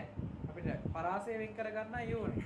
ඊට පස්සේ මෙතන තොල් දෙක ළඟ ස්පර්ශ කරලා ඒ ස්පර්ශයේ හිතට දැනෙන වෙලාව කොච්චරක් තියෙද? මේ විදිහට නාසය ළඟ තොල් දෙක ළඟ වරින් වරට කර පරීක්ෂණයක් පවත්වන්න පොඩිවට වැඩියෙන්ම සිහියෙන් එහෙම නැත්නම් ඒක දැනෙන බව වැඩිපුරම තියෙන්නේ නාසය ළඟද තොල් දෙක ළඟද? කෙනෙකුට නාසය ළඟ වැඩි වෙලාවක් රැඳෙන බව තියෙයි. කෙනෙකුට තොල් දෙක ළඟ වැඩි වෙලාවක් රැඳෙන බව තියෙයි. වැඩියෙන්ම රැඳෙන තැන තෝරගන්න සති නිමිත්ත හදන්න. කෙනෙකුට නාසය ළඟ වැඩිපුර දැනෙනවා නම් ඉතින් එහාට යා උත්සාහවත් වෙන්නේ නාසය අග සති නිමිත්ත පිහිටවන්න. තොල් දෙක ළඟ කෙනෙකුට දැනෙනවා නම් ඒක නා උත්සාහවත් වෙනවා තොල් දෙක ළඟ සිහිය පිහිටවන්න. මේක ඉස්සෙල්ලා වෙන් කරගන්න. එතකොට ලේසි කරන්න. ඊට පස්සේ කරන්න තියෙන්නේ මට බොහෝ දුරට හුරුයි තොල් දෙක ළඟ. ඒ නිසා මම ඒ ගැන කියන්නම්. නාසය ළඟ හුරු කෙනා ඒක නාසය ළඟට කියලා යොදා ගන්න. නැත්නම් මේක දෙක වචන දෙක මාරුවෙන් කියනකොට එකම දේ කියන්න වෙන්නේ. ඒ නිසා නම් තොල් දෙක කියන වචනෙන් පාවිච්චි වෙන්න. තොල් දෙක ළඟ මෙහෙම S2 පියාගෙන මෙහෙම පුංචි ස්පර්ශයක් කර දැන් එපා මේක කරන්න. එතකොට මේ දෙකක් කෙරෙන්න අමාරුයි. ඒ නිසා හොඳට අහගෙන ඉන්න පස්සේ කරන්න. මෙහෙම තොල් දෙක ළඟ මෙහෙම ස්පර්ශ කර ටිකක් මේ ස්පර්ශය හොඳට හිතට ප්‍රකට කරලා දෙන්න. ඒ දැනුම් සහිත බව, දැනෙන බව. ඊට පස්සේ හිතාමතාම මේ ඇඟිල්ල පොඩ්ඩක් අයින් කරලා බලන්න. මැකෙනවනේ. මැකෙන්න ඉස්සර වෙලා ආයෙ පොඩ්ඩක් ස්පර්ශ කරලා දෙන්න. මේ විදිහට ආයෙත් අයින් කරනවා. ටික වෙලාවක් ඉන්නකොට මැකෙන්න පටන් ගන්නවනේ. මැකිලා ඉවර වෙනකන් ඉන්න එපා. ආපහු ස්පර්ශ කර අලුත් කර දෙනවා මේ අරමුණ. මෙහෙම කරගෙන යනකොට ටික වෙලාවක් කෙරෙනකොට ස්පර්ශ කරලා ස්පර්ශ නොකර ඉන්න කාලය ටික වැඩි වෙනවා. ඒ කියන්නේ එතන හොඳට හිත පුරු වෙන්න පටන් ගන්නවා. ඒ විදිහට ඉන්නකොට හිරිවැටිච්ච බවක් දැනේ. නලියන බවක් දැනේ. වේවුලන බවක් දැනේ. ඉදිමෙච්ච බවක් දැනේ. එල්ලිලා තියෙන බවක් දැනේ. බර ගතියක්, තද ගතියක් දැනේ. ඔය දැනෙන සියලුම සිද්ධි ටික බැහැර කරන්න. ඒ එකක් හරි අරමුණු කරලා සිහිය හොඳට එතන පිහිටවන්න හැදුවොත් දෝෂයක් හිටිනවා. ආයේ කවමදාක හරි හිරි වැටෙන්න ඕනේ එතන සිහිය පිහිටෙන්න. එහෙම නැත්නම් එතන තද වෙන්න ඕනේ සිහිය පිහිටෙන්න. ඒ කියන්නේ ඒ අතිරේක ලක්ෂණේ එන්නම ඕනේ සිහිය පිහිටවා ගන්න. ඒ නිසා ඒ අතිරේක එකම ලක්ෂණයකටවත් හිත තියන්න එපා. ආයෙත් මුලින් ඉඳන් පටන් ගන්න. එහෙම වුණොත් හිරි වැටිච්ච බවක්, නලියන බවක්, තද වෙච්ච බවක් දැනෙනවා නම් ආයෙ මුලින් ඉඳන්ම පටන් ගන්න. ආයෙත් අලුතෙන්ම පටන් ගන්න ස්පර්ශ කරලා. හැම වෙලේම ස්පර්ශ කර මේ අවස්ථාව හොඳට ප්‍රකට කරලා දෙන්න. මොකද මට කියන්න පුළුවන්කම තියෙන්නේ මේවා දෝසයි කියන ටික විතරයි. එතකොට ඒ දෝෂ වලට අහු නොවි ඉතුරු වෙන කාරණේ තියෙනවනේ. එතන ප්‍රකට කරනකොට Tamanටම හම්බ වෙනවා හිත හොඳට මෙතන එල්ලිලා හිටිනවා වගේ. සනස මතක් කරනකොට කූඩල්ලෙක් එල්ලුනහම ගලවන්න බැරිව ඉන්නේ එල්ලිලාම වගේ. අන්න ඒ වගේ හිත මෙතන හොඳට රැඳෙන බවක් එනවා. එතකොට මේ පරිසරයේ හොඳට දැනුම් සහිත බවකින් තියෙනවා. එහෙම කරලා හොඳට මේ පරිසරය හඳුනාගත්තට පස්සේ ඊට පස්සේ මේකට අනුග්‍රහය පිණිස කමඨහන් ඇසුරු කරන්න පුළුවන් සමත කමඨහන් ටික. හැබැයි මෙතන පරිසරය අඳුනාගන්නෙත් නැතුව අර පරිසරයන් වලට යන්න ගියොත් පොඩ්ඩක් මෙතනින් ලෙහිලා යන බවක් තියෙයි. ඒ නිසා පොඩ්ඩක් උත්සාහවත් වෙන්න දැන් අනිත් කමඨහන් අපි කරලා පුරුදු වෙන්නේ. ඒ නිසා පොඩ්ඩක් ඒ ටික මදකට නතර කරලා සති නිමිත්ත හදා ගන්නකම් පොඩ්ඩක් ඒකම දිගින් දිගට කරන්න. හැබැයි හදාගත්තට පස්සේ අර දේ කරන්න ඕනේ. මොකද සිහිය පිහිටුවා ගැනීමට උපකාරකයක් විදියට තමයි අනිත් කමඨහන් ටික උපකාර වෙන්නේ. පැහැදිලිද? එතකොට මෙන්න මේ සිහිය පිහිටුවා ගන්න මෙතන අරමුණු කරන විදිහ ගැන කිව්වහම අපේ සානස මතක් කළා අපිට අපි ඒ දවස්වල සති නිමිත්ත පුරුදු වෙන කාලේ මේක ගොඩාක් දැඩි කොට ගන්න ගියාමත් අපහසුකම් ගොඩාක් එනවා. බුරුල් කරලා එහෙම නැතිනම් සැහැල්ලු කරලා යන්න ගියාම හිතට විසිරෙන බවක් එනවා. ඒ නිසා මේක හරියට අර තෙත සබන් කෑල්ලක් අල්ලන්න ඕනේ කොහොමද වගේ කියලා උදාහරණයක් කිව්වා. තෙත ඇත්තටම තෙත් වෙච්ච සබන් කෑල්ලක් අපි කොහොමද අල්ලන්න ඕනේ කියලා දෙන්න. පෙඟිච්ච එකක් නෙමෙයි තෙත් වෙච්ච සබන් කෑල්ලක් අපි තද්ද කරලා මිරි කරලා අල්ලගත්තොත් මොකක් වෙයිද? ලිස්සල යනවනේ. බුරුලට ඇල්ලුවා. ඒත් ලිස්සල යනවා. නේද? මේ හිතත් ඒ වගේමයි මෙතනට තද කරලා යොමු කරන්න හැදුවොත් හිත අහකට යනවමයි. වෙන අරමුණු වලට යනවමයි. යන්නේ කායික අපහසුකම් ඇවිල්ලා. ඉසේ රදයක් හැදෙන්න පුළුවන්. කායිකව යම් අපහසුකම් දැනෙන්න පුළුවන්. ඒ ඕනවට වඩා තද කරලා මේ දේ කරන්න ගියා. ඊට පස්සේ ඕනවට වඩා මේක බුරුල් කරපුවාම හිත විසිරෙන බව වැඩි නීවරණ වලට ඉඩ දීලා තියෙනවා. එතකොට මම මේ අයට කොහොමද කියන්නේ මෙන්න මෙච්චරක් තද කරන්න. මෙච්චරකට වඩා තද කරන්න එපා.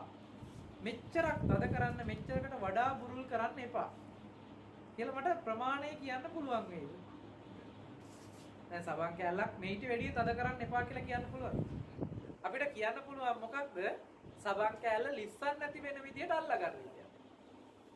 එහෙනම් මේකෙදිත් කියන්න වෙන්නේ හිත වෙන අරමුණු වලට බැහැර සිදුවීම් වලට යන්නේ නැති මට්ටමට, කියන්නේ ලිස්සලා යන්න දෙන්නේ නැතුව මේ අරමුණේම හිත පවත්වන විදියට හිත යොමු කරන්න.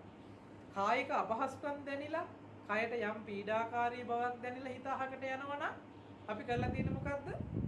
ඕනවට වඩා තද කරලා අල්ලලා තියෙනවා. එහෙම නැතුව හිත නිකම්ම විසිරලා යනවනම් අපි ඕනවට වඩා බුරුල් කරලා තියෙනවා. එහෙනම් දැන් බුරුල් තියනවද තදින් කරලා තියනවද කියන එක ගැන Tamanටමයි නිර්ණය කරගන්න වෙන්නේ. එහෙමනම් ඒක හදා ඔන්න දෙපැත්තෙන් අඩු කර කර ගන්න වෙනවා තැනකට. ඒ තැනට ආවහම කායික අපහසුකමක් දැනෙන්නෙත් නැහැ, හිත විසිරෙන්නෙත් නැති තැනකට උන්න ගේන්න පුළුවන්. එතෙන්ට ගත්තාම තමයි සති නිමිත්තේ පිහිටන්න පුළුවන්කම එන්නේ. ඉතින් ඕක තමයි ටිකක් අමාරු කාර්යයකට තියෙන්නේ. මොකද අපේ හිතේ විතර්ක ප්‍රමාණය වැඩි වෙන නිසා. ඉතින් ඒක කරගෙන යනකොට එන ගැටලු වෙනම සාකච්ඡා කළ යුතුයි. ඒක පොදුවේ මෙහෙම කියන්න බැරි වෙයි මොකද ඊට පස්සේ ඒ තොරතුරු බලාපොරොත්තුෙන් වාඩි වෙනවා. ඊට පස්සේ ඇවිල්ලා කියන්නේ හම්දුරනේ මට එහෙම එකක් උනේ නෑ කියලා. ඒ නිසා ඒ ගැන තොරතුරු මොකුත් මේ වෙලාවේ කියන්නේ නැතුව ඉන්නම්. මොකද කරගෙන යනකොට එන ප්‍රායෝගිකව වෙන සිද්ධි ටිකට ඇත්තටම වෙනම කතා කරලා මේ ටික නිවැරදි කරලා සකස් කරන්න ඕනේ. පැහැදිලිද? ඉතින් ඔන්න ওই විදිහට කරන්න ඕනේ. මේක තව දුරටත් ඔබට තේරෙන්න මම කියලා දෙන්නම්. අපි කියමුකෝ අපි බුදුන් වදින වෙලාව වෙනකොට ගාථා ටික හොඳට කියන්න පුළුවන් නේ. ගාථා ටික හොඳට කියාගෙන ගියාට හිත ඇතුලෙන් වෙන වෙන දේවල් සිහි කරන්න පුළුවන්කමක් එනව නේද? පුළුවන්ක එහෙම දැනිලා ඇතිනේ. මෙහින් ගාථා ටික වරදින්න නැතුවම කියනවා. හැබැයි හිත ඇතුලේ වෙන දේවල් සිහි කරන්න පුළුවන්කමක් තියෙනවා. මේ මොකද්ද මේ උනේ? මේ උනේ අපේ හිතට පුරුදු කරපු දෙයක් තියෙනවා නම් පුරුදු කරපු එකට ඉඩ දීලා හිත ඇතුලේ විතර්ක වලට ඉඩ ඇරලා තියෙනවා කියන කාරණා. හරිද? ඕකම ප්‍රයෝජනයකට අරගන්න ඔය තියෙන ලක්ෂණය අද අපේ පාවිච්චි වෙන හිත විසිරෙන ගතියටනේ. නොසන්සුන් වෙච්ච මානසික මට්ටමක ලක්ෂණයකටයි අද ඕක පාවිච්චි වෙලා තියෙන අපේ. ඔය ලක්ෂණේ තියෙන්නේ ඒක. ඒ කියන්නේ වික්ෂිප්ත මනසක් ඔය තියෙන්නේ. විසිරලා තියෙන්නේ. ඔය ගතියම අපි අනිත් පැත්තට හරවගත්තොත් ඔන්න මේ වැඩේ කරගන්න පුළුවන්. මොකද්ද කරන්නේ? හිතට අරමුණු ගන්න එක සහ ඒ ගත් අරමුණට යෙදෙන්න දීලා තව අරමුණකට පනින්න පුළුවන් ඉඩක් හදලා තියෙනව නේද හිතේ? මේ චෛසිකවල ලක්ෂණයක්. මෙන්න මේ ගතියම ගන්නවා එකම තැනකට ගන්න. අපි කියමුකෝ මෙහෙම මම ඒක උදාහරණයකින් කියන්නම්.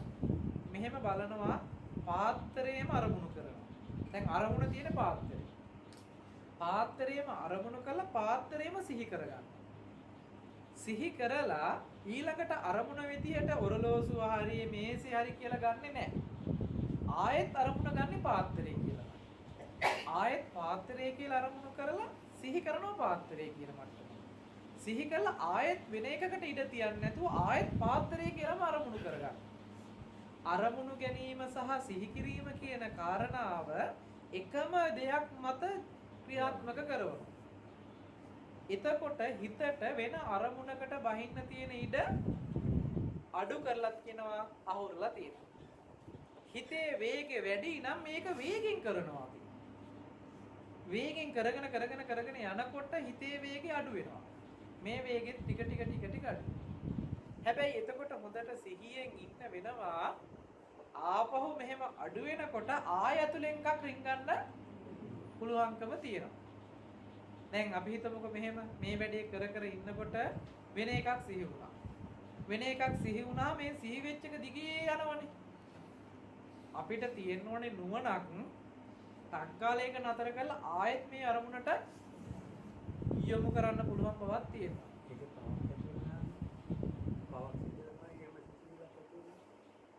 පාපයක් සිද්ධ වෙනවද කියන එක පිළිබඳව තියෙන සිහියෙන් නැති හැම වෙලාවකම ඉන්නේ කුසලයක නෙමෙයි කියලා කිව්වොත් හරියි. ඒ කියන්නේ මොකද සති චෛසිකයේ සෝමන චෛසිකය. කුසල සිතක පමණක්ම යෙදෙන එක. සිහිය කියන චෛසිකය. සති කියන චෛසිකය. ඉතින් ඒක නැති අවස්ථාවල අකුසලයේ පැත්තට බර වෙලා තියෙන්නේ. එතකොට අපි ඉන්නේම අකුසලයේද කියලා අහන්න ප්‍රශ්නයක් ඉතුරු වෙයි. නේද? සිහිය සහ නුවණින් නොතිබෙන හැම වෙලාවකම අපේ මනස වැඩ කරලා තියෙන අකුසල පැත්තට බරවයි. බරව චේතනාන් පහළ වුණොත් අකුසලයක් සිද්ධ වෙන්න සම්පූර්ණ ඉඩ කඩ තියෙනවා. චේතනා පහළ වෙනකොට ඒක මඩ පවත් ගන්න. ඒකට තියෙන උපක්‍රමය තමයි සති. මේ සති නිමිත්ත එච්චරකට වැඩක් අපිට උපකාරකයක් කරනවා. අපේ හිත කොයිම වෙලාවකවත් අකුසල පැත්තට ගහගෙන යන්න තියෙන ඉඩ සම්පූර්ණයෙන්ම නතර කරලා දෙනවා මේ සති නිමිත්තක් තුළ හිටියා. මොකද මේ තුළ ඇත්තටම ලෝකයේ පැත්තට ගහගෙන යන්න තියෙන ඉඩ සම්පූර්ණ අහුරවනවා. ඒ කියන්නේ හිත හැම වෙලෙම ආයතන හරහා එළියට බහැලානේ අද ජීවත් වෙන්නේ අපි. එහෙන් ඇතුලේ අපේ මානසික මට්ටම කියන්නේ මන ආයතනයේ තුල මේ ක්‍රියාත්මක වෙන සිදුවීම කෙලෙසයක් එක්ක ගනුදෙනුවක් වෙනකොට හැම වෙලෙම අරමුණෙන් විඥානය බැහැලා තියෙනවා විඥාණයට පිහිටන්න තැනක් හදලා තියෙනවා මේ බැහැර. ඒ කියන්නේ අපේ හිත හැම වෙලෙම පිහිටා හිටන තැන විදිහට හදාගෙන තියනවාද එළියට බෑලා. මේකෙන් අදහස මේ යථාර්ථයක් ගන්න එපා. ඒ කියන්නේ විඥානේ මේ ඇතුලේ නෙමෙයි මේ එළියේ තියෙන්නේ කියන අදහස ඒව නෙමෙයි මේ කියන්නේ. හැම වෙලෙම අරමුණු කරලා තියෙන්නේ මේ එළියේ පැත්තට. දැන් අපි හිතන්නකෝ ගහ කියන එක හිතන එකක්ද එහෙම නැතිනම් ඇහැට පේන එකක්ද? ඇහැට කවදාකවත් ගහක් පෙනිලා නැහැ කිව්වොත් පිළිගනින්ද අපේ මට්ටමේ? අපේ මට්ටමෙන් පිළිගන්න බැරි වෙයි. ඇයි ඒ? අපිට හිතෙන්නෙම ගහ තියෙන්නේ මේ එළියේ තියෙන ගහ තමයි අපිට මේ පේන්නේ කියලා.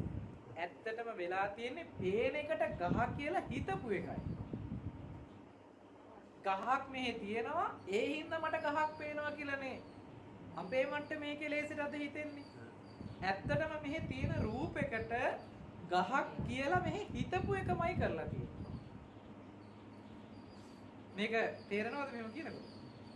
නමුත් වැඩේ වෙලා තියෙන්නේ මේක නොදන්නකම හින්දා අපේ මානසික මට්ටම තුලින් මේ කෙලෙසයකට මෙහෙ තියෙන ගහක් කියලා මෙහෙට පෙන්නනවා ගහ තියෙන්නේ. අර රූපේ පැත්තටම පතිත කරලා තියෙනවා. අපේ සයනස මීට ගොඩාක් කලින් කරපු දේශනාවක් ඔබට මතක ඇතිනම් අර ඉන්කමින් අවුට්ගෝයින් කතාවක් කිව්වා. පැහැදිලිද? මේ පැත්තෙන් ඇතුළට ආපු බවක් තමයි තියෙන්නේ. හැබැයි දැන් අද වෙලා තියෙන්නේ මේ පැත්තෙන් එළියට ගිහිල්ලා එහෙ තියනවා කියලා පෙන්නපු එකක් තියෙනවා. ඉන්කමින් කමක් නැහැ අවුට්ගෝයින් යන්න එපා කියන කතාවක් කිව්වා මතකද? මේ ගොඩාක් කලින් කියපු දේශනාවක්.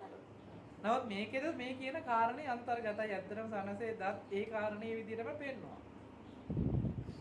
වෙලා තියෙන්නේ මෙන්න මේ විදිහට අපේ මානසික මට්ටම බැහැරට යන සිද්ධිය සම්පූර්ණයෙන්ම නතර කරලා දානවා සති නිමිත්ත හරහා.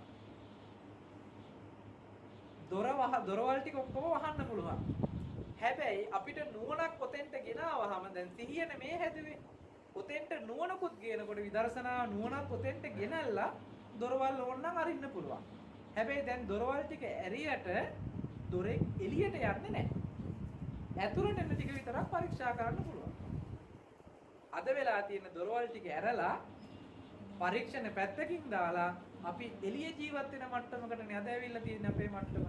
ඕක එකපාර නතර කරන්න බෑ මේ කියන සති නිමිත්ත නැතුව. අපි කොච්චර උත්සාහවත් වුණත් ආයෙ එළියට ගහගෙන යනවා කියන සිද්ධියක් වෙනවාමයි. වෙන්නේ පිහිටන්න තැනක් නැහැ. සති නිමිත්තෙන් කලේ ඇත්තටම සිහියට නුවණට පිහිටා හිටින්න පුළුවන් පරිසරය හදනවා. එතන ඉඳන් පරීක්ෂණ ටික කරගන්න පුළුවන්. මොකද දොරටුව ළඟ හිටියාම දොරටු පාලකයාට මේ යන අය පිළිබඳව හොඳට දැනගන්න පුළුවන්කම ලැබෙන්නේ එතන හිටියොත් නේ. යන අයත් එක්ක එහාට යන්නවත් එන අයත් එක්ක ඒ අයත් එක්ක යන්න ගියාටවත් මේ වැඩේ කරන්න බෑනේ. ඒ නිසා දොරටු පාලකයෙක් බවට පත් කරන්න වෙනවා මේ රඳවන්න වෙනවා තැනක. ඔය උදාහරණය ඔය විදිහටම ගන්නවා මේ ආනාපාන සතිය විස්තර කරන්න. හුස්ම රැල්ලේ එහා මෙහා යෑම පිළිබඳව දැනුම් සහිත බවක් ඇති කරගන්න. හැබැයි ඒ යන්නේන හුස්ම රැල්ලත් එක්ක යන්න එන්න එපා කියලා. පැහැදිලිද? අද හුස්ම රැල්ලත් එක්ක යන්නේන බවකුයි අපේ තියෙන්නේ. ඇයි? පිහිටන්න තැන නැහැ අපිට. දොරටු පාලකයා එක තැනක රැඳෙන්නේ නැහැ. ඔකට තවත් අටුවා උදාහරණයක් ගන්නවා. අර අතපය හතරම නැති කෙනෙක් ඔන්චිල්ලාවක් ළඟ තියලා තියෙනවා. ඔන්චිල්ලාව එහාට මෙහාට පැද්දෙනකොට මෙයාට ඔන්චිල්ලාවත් එක්ක යන්න බෑනේ. හැබැයි මෙයාට එකක් කරන්න පුළුවන්. මොකද තමන් ළඟින් ඔන්චිල්ලා මෙහෙට ගියා නම් එහෙට ගියා කියලා දකින්න පුළුවන්. මේ පැත්තට ගියා නම් ඒ පැත්තට ගියා කියලා දකින්න පුළුවන්කම තියෙනවා.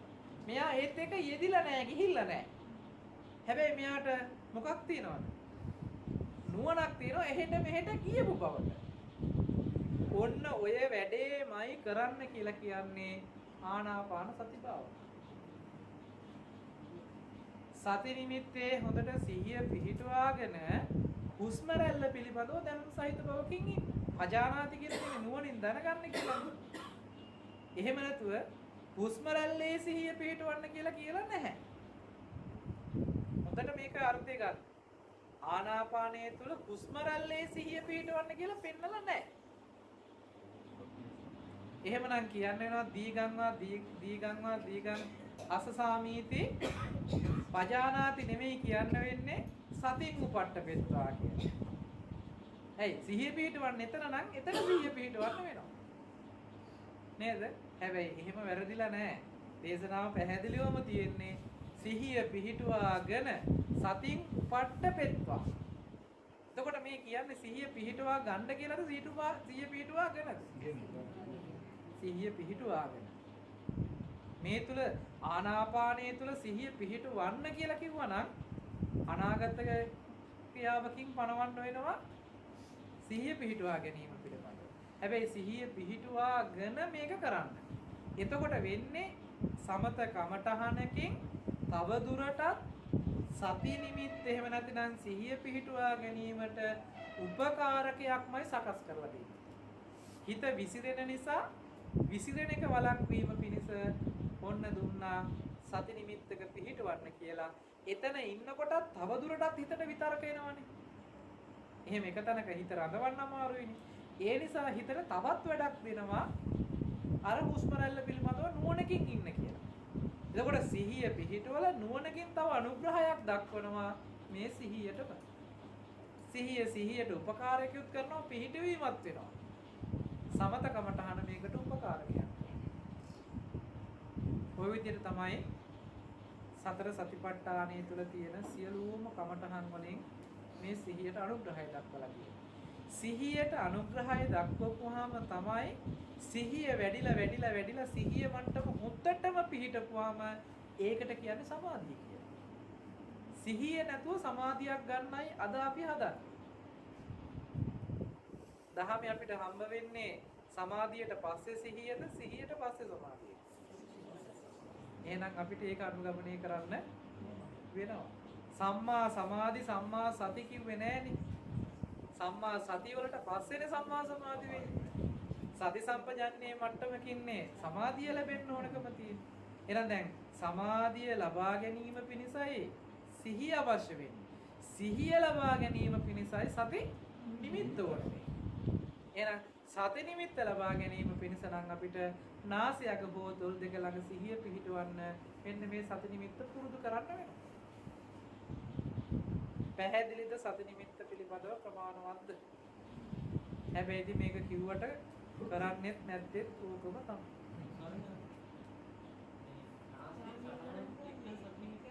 සටහනක් ගන්න එපා. ස්පර්ශය විතරක් ප්‍රකට කරගන්න. මොකද ඒ කියන්නේ චිත්ත රූපයක් විදිහට අපේ හිතේ මැවෙයි. නමුත් ඒක අරමුණු කරන්නේ නැතුව අර ස්පර්ශ මට්ටමම මුත්තට හිතෙන් අරමුණු කරලා ගන්න.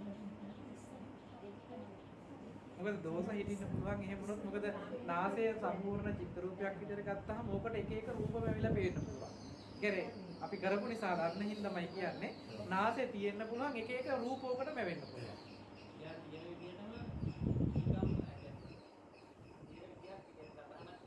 මෙහෙම හිතන්නකෝ. දැන් අපිට සටහන් මට්ටමින් ගත්තර කමක් නැහැ. හැබැයි දැනුම් සහිත බව තමයි එන්න ඕනේ. මේ පරිසරය හොඳට හිතින් ගත්තර කමක් නැහැ. ඒක හැබැයි මැකිලා යනවා. හැබැයි ඒක මැකිලා යන මට්ටම දැනගෙන එහෙම කරාට කමක්. පැහැදිලිද?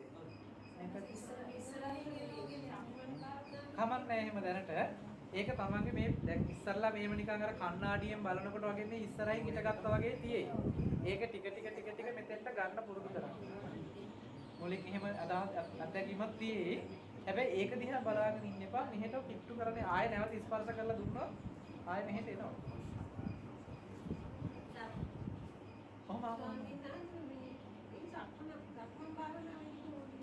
සක්මන් භාවනාව විදිහට කරන්න පුළුවන්. ඉඳගෙන ඉන්නකොට පුළුවන්. ඉඳගෙන ඉන්න ඉරියව්වෙද පුළුවන්ද?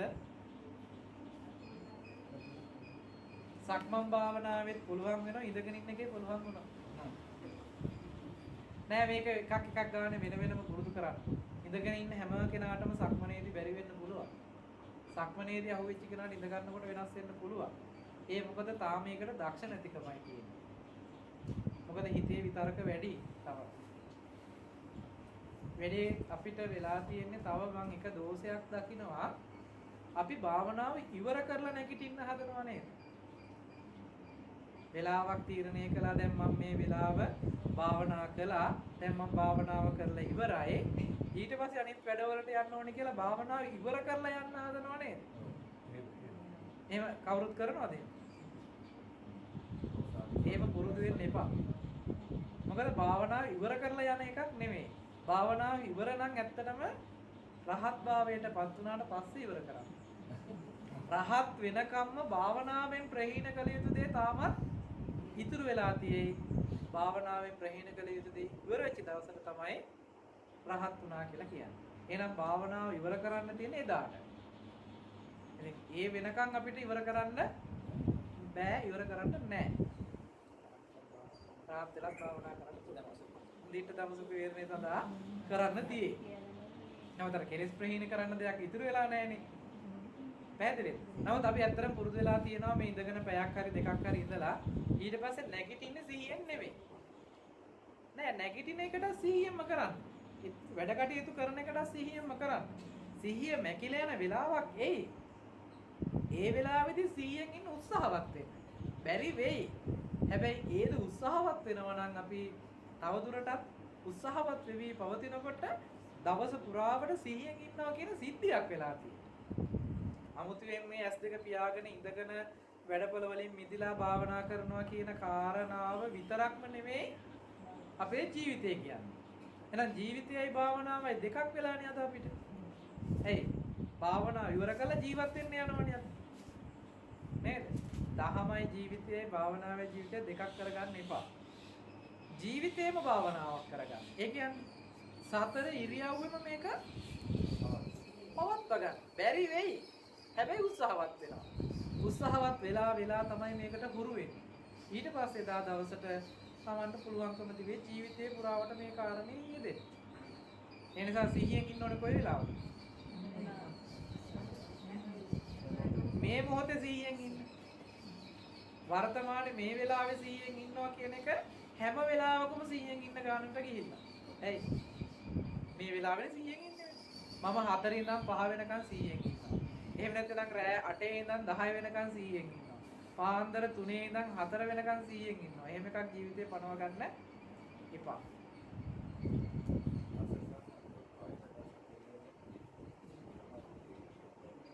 කායගත සතිය කරලා තියෙන්නේ සිහිය පිහිටවාගත්ත කාරණාවට අනුග්‍රහ පිණිසමයි කාය අනුබලමින් කටයුතු කරන්න කියලා තියෙනවා. ඒකේ කාරණා කීපයකට බෙදෙනවා. ඒ කියන්නේ නවකයා මොකද්ද කළ යුත්තේ?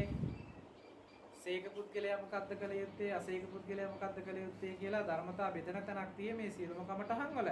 නමුත් නවකයාට පෙන්නලා තියෙන්නේ මේ කියන කාරණාව කරන්න. ඒ කියන්නේ සිහිය පිහිටවගෙන ඒ ඇත්ත ඇති හැටියට තියෙන්නේ මොකද්ද කියන කාරණාව තේරුම් ගැනීම සඳහායි කළ යුත්තේ. ධර්මතාවලින් පෙන්වන්නේ මොකද්ද කියන එක. ඒ කියන්නේ අපේ දැන් මේ පුද්ගල භාවයකට හම්බ වෙලා තියෙන කොටස් ටික සිද්ධි ටික තමයි ඔය කමඨහන් ටිකේ බෙදලා තියෙන්නේ. අපිට පුද්ගල භාවයේ පිහිටවන්න හිතින්න ඉතුරු වෙලා තියෙන ධර්මතා ටික තමයි බෙදලා තියෙන්නේ. ඒ ධර්මතාවල ධර්මතා ටිකක් පවතින්නේ කියන තැනට නුවණ එනකන් තමයි සිහියෙන් මේ වැඩේ කරන්න වෙන්නේ. ඉතින් නුවණ එතෙන්ට ගේන්න නම් සිහිය තියෙනවා. සිහිය තියාගන්න නම් සති නිමිත්තකින් සිහිය පුරුදු කරන්න. එතකොට දැන් අවසාන වැඩේ මුලින් කරන්න බෑනේ. මුල් වැඩේ කරලා ඉන්න එපා. මම මේ අයගේ මෙහෙම ප්‍රශ්නයක් අහුවොත් උත්තරේ මොකක් වෙයිද? කෑම කන්න ගිහිල්ලා ඉවර වෙලා අන්තිම බත් කට ඉස්සලා කන්න කිව්වොත් පුළුවන් නේද? හැබැයි පුළුවන් එක අවස්ථාවක් තියෙනවා. කන්නේ එකම එක බත් කටයි නම් අන්තිම බත් කටත් ඒත් එක්කම කත හැකියි. හැබැයි ඇත්තටම අන්තිම බත් කට මුලින් කන්න බෑ වගේ කෙරෙන්න ඕනේ අවසානයේ කරන කෘත්‍ය ටික අපි මුලින් කරන්න ගියාට කෙරෙන්නේ නැහැ. මුලින් කළ යුතු ක්‍රමවේදයක්. ඒකයි මේ ශාසනයේ අනුභව ප්‍රතිපදා කියලා කියේ ප්‍රතිපදාව අනුපූර්වයි. එකක් එකකට පෙළ ගැහිලා තියෙන්නේ. නේද? ඒ නිසා අපිට මූලික ටික කරමින් තමයි අතෙන්ට යන්න වෙන. අද වෙලා තියෙන්නේ ඇත්තටම අපි මේ මූලික ටික අතහැරලා දාලා මැදින් පැනලා මේ වැඩ ටික කරලා තියෙනවා. ඒකෙන් වෙච්ච දේ තමයි ආයේ මුලට ගන්න බැරි වෙන්න තරමට අපි අර තැන්වල හිර වෙනවා. හරි අමාරුයි සමහරලාට මුල ටිකට ගන්න. ඇයි හැමදාම හාමුදුරුවෝ කියනවා මුලට ගන්න කියලා. අපි කැමති නැහැ එතෙන්ට එන්න. ඇයි? අපි දැන් මෙච්චර දුර ගිහිල්ලා දිනවා. ආයේ බස්සට එන්න කැමති නැහැ. හැබැයි කවමදාක හරි මේ මුල පූර්ණේ නොකල අගට යන්න බෑ. මොකද ගහේ මුලට වතුර පොහොර දාන්න නැතුව දලු රිකිලි වලින් නම් බලාපොරොත්තු වෙන්න එපා ප්‍රතිපල. නේද? යන්න වෙනවා. ඒකෙත් පියවර ටික අනුගමනය කරන්න වෙනවමයි. සති නිමිත්ත ගැන තවත් ගැටලු තිබේ.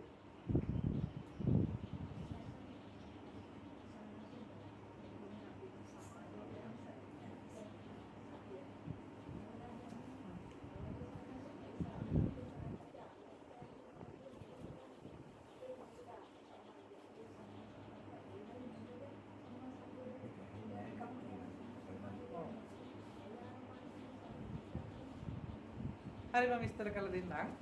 අහන්නේ ප්‍රශ්නේ තමයි ආර්ය අෂ්ටාංගික මාර්ගයේ කියන්නේ දැන් සම්මා දිට්ඨියනේ පටන් ගන්නෙ. එතකොට සම්මා සතිය තියෙන්නේ සමාධියට කලින් කියන අවසානම කාරණා ටිකේදීනේ. එතකොට ඇයි අපි මුලින් පටන් ගන්න නැතුව අතෙන්ට යන්නේ කියන කාරණාව තමයි ප්‍රශ්නෙට තියෙන්නේ. සම්මා දිට්ඨිය මුල් කරගත්ත ආර්ය අෂ්ටාංගික මාර්ගයේ සම්මා සතිය විස්තර කරන තැනට ගිහිල්ලා විමසලා බලන්න සූත්‍රවල විස්තර කරන්නේ මොකක්ද කියලා. එතකොට විස්තර කරන්නේ සතිපට්ඨානය. සතර සතිපට්ඨානය තමයි විස්තර කරන්නේ සම්මා සතිය හැටියට විස්තර කරන තැනදී. ඊට නිසා තමයි මේ ධර්මතා ටික විස්තර කරනවා. ආර්ය අෂ්ටාංගික මාර්ගයේ තියෙන ධර්මතා ටික දීර්ඝ කරනවා. දිගට විස්තර කරපුවාම තමයි සත්‍තිස් බෝධිපාක්ෂික ධර්ම කියලා තව ධර්මතා ටිකක් එන්නේ. එතකොට මේ සම්මා දිට්ඨිය මූලික කරගත්ත කාරණාවකින් තමයි මේ සත්‍තිස් බෝධිපාක්ෂික ධර්ම ටිකම ගොනු වෙලා තියෙන්නේ. මොකද ඒ හැම එකක්ම උපකාර කරන්නේ සම්මා දිට්ඨියට. මොකද සම්මා දිට්ඨිය කියලා කියන්නේ මේ ශාසනයේ දර්ශනය. ප්‍රඥා කොටසට අයිති කොටසනේ. එතකොට දුක්ඛේ ඥානං, දුක්ඛ සමුදය ඥානං, දුක්ඛ නිරෝධේ ඥානං, දුක්ඛ නිරෝධ ගාමිනී පටිපදාය ඥානං කියලා මේ චතුරාර්ය සත්‍ය දර්ශනීය පිළිබඳව ඉගැන්වීම තමයි සම්මා දිට්ඨිය හරහා අපිට හම්බ වෙන්නේ. එතකොට මේ වැඩේ කරන්න යන්නේ ඒ ටික අහලා දැනගත්ත කෙනා. එතකොට සම්මා දිට්ඨිය මූලික කරගෙන තමයි මේ ටික අහලා දැනගත්ත කෙනාගේ මට්ටම. හැබැයි තාම මේ කෙනාට අහලා දැනගත්ත මිසක් තාම සාක්ෂාත් වෙලා නැහැ. ඒ සඳහා අනුගමනය කළ යුතු වැඩපිළිවෙල තමයි සීල සමාධි කියන තැනකින් ප්‍රතිපදාව පටන් ගන්නෙ සීල සමාධියෙන් ප්‍රඥාවට එන්න කියලා. ප්‍රතිපදාව ප්‍රඥා සීල සමාධි නෙවෙයිනේ. ප්‍රතිපදාව සීල සමාධි ප්‍රඥානේ. එතකොට සීලයකින් ඉඳලා තමයි මේ කියන සමාධි මට්ටමකින් තමයි යන්න තියෙන්නේ. එතකොට දැන් සිල් රකින්නේ මොකටද මෙයා? සමාධිය ඇති කරගන්නේ මොකටද මෙයා කියන එකට උත්තරයක් හම්බෙලා තියෙනවා. මොකක් සඳහාද දැන් සිල් රකින්නේ? සිල් රකින්න ඕනේ සමාධිය ඇති කරගන්න. සමාධිය ඇති කරගන්නේ මොකක් සඳහාද? අර සම්මා දිට්ඨිය පණිවිඩේ අහලා දැනගත්ත සම්මා දිට්ඨි පණිවිඩේ දෙක ගන්න. එහෙම නැතුව යන ගමනක් එහෙම නෙමෙයි. එතකොට ආයේ බලන්න පූර්ණේ වෙන්නේ මෙන්න මේ ටික. ආර්ය අෂ්ටාංගික මාර්ගයේ පිරෙන එක තමයි වෙන්නේ. හැබැයි පෙන්නනවා ඒ මාර්ගයට යන්න බෑ, මාර්ගයේ උපදවා ගන්න බෑ. ඒ මාර්ගයට අවශ්‍ය කාරණා ටිකක් තව පහලින් තියෙනවා. ඒ ටික තමයි සීල සමාධි ප්‍රඥා කියන ප්‍රතිපදාවේ පූර්ණේ කරන්න ඕනේ. ඒකට කළ යුතු ටිකක් තියෙනවා. දැන් සීලේ පූර්ණේ කරගන්න නම් සීලයට අදාළ අංග ටික රකින්න.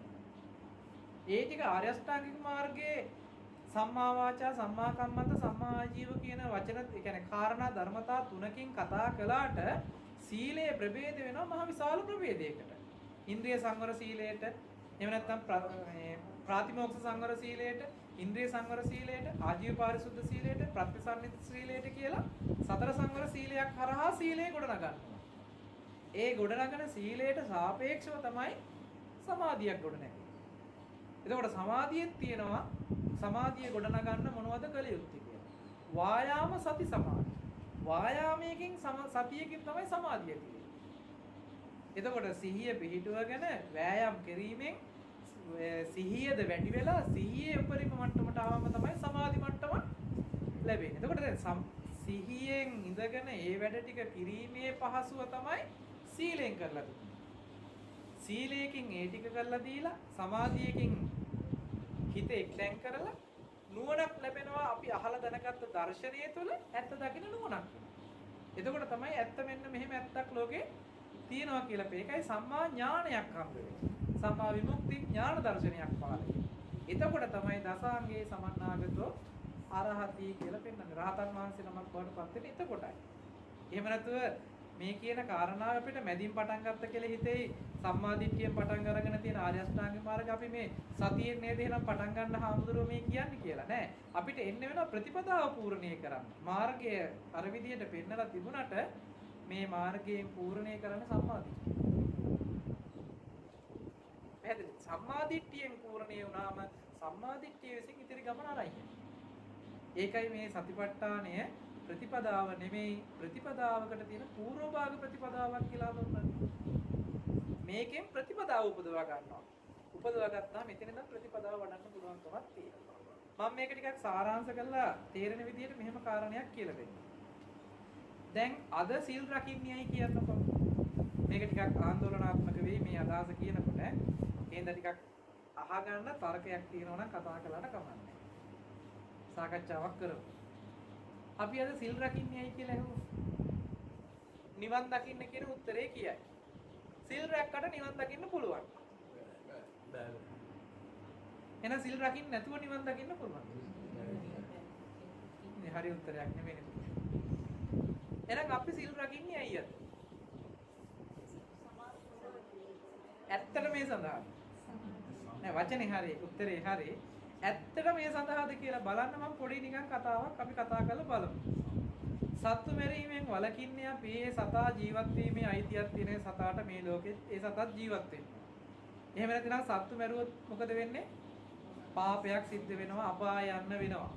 ඒ නිසා ඒ සත්තුන්ගේ අයිතිය රකින්න ඕන, සත්තු ජීවත් වෙන්න ඕන. ඒ නිසා අපි සතා නොමැරිය යුතුයි. හරි නේද? ඊළඟට හොරකම් නොකර ඉන්නේ. අනුන්ගේ දේපල වස්තුව ගත්තාම අපිට පව් සිද්ධ වෙනවා, අපිට අපාය යන්න වෙනවා. අනුන්ගේ දේපල වස්තු අපි පරිස්සම් කරලා දිය යුතුයි. හරිනේ? ඔය දෙක විතරක් ගන්න අනිත් ටිකත් කොහොමද තියෙන්නේ? ගොඩක් ගත්තොත් මට අමාරු වෙන නිසා අනිත් ඒ වගේත් ඔය අර්ථෙම තියෙන්නේ. දැන් බලන්න අනිත් සතෙකුගේ ජීවිතයක් පරිස්සම් කරන්න ගිහිල්ලා ඒ සතාගේ ජීවිතයේ රැකවරණයක් යොදන්න ගිහිල්ලා ඒ සතාගේ අයිතිවාසිකම වෙනුවෙන් අපි පෙනී ඉඳලා ඒ සතාගේ ජීවිතේ පරිස්සම් කරනවා. අපිට ලැබුණේ මොකක්ද? නිවන හම්බුණා. ඈ? අද සත්තු නොමරා ඉන්නවා කියන තැන ඔන්න ඔතෙන්ට ඉලක්ක කරලා තියෙනවා. මේ පැත්ත පරිස්සම් කරන්න ඕනේ නෑ. සතා පරිස්සම් වුණාම ඇති.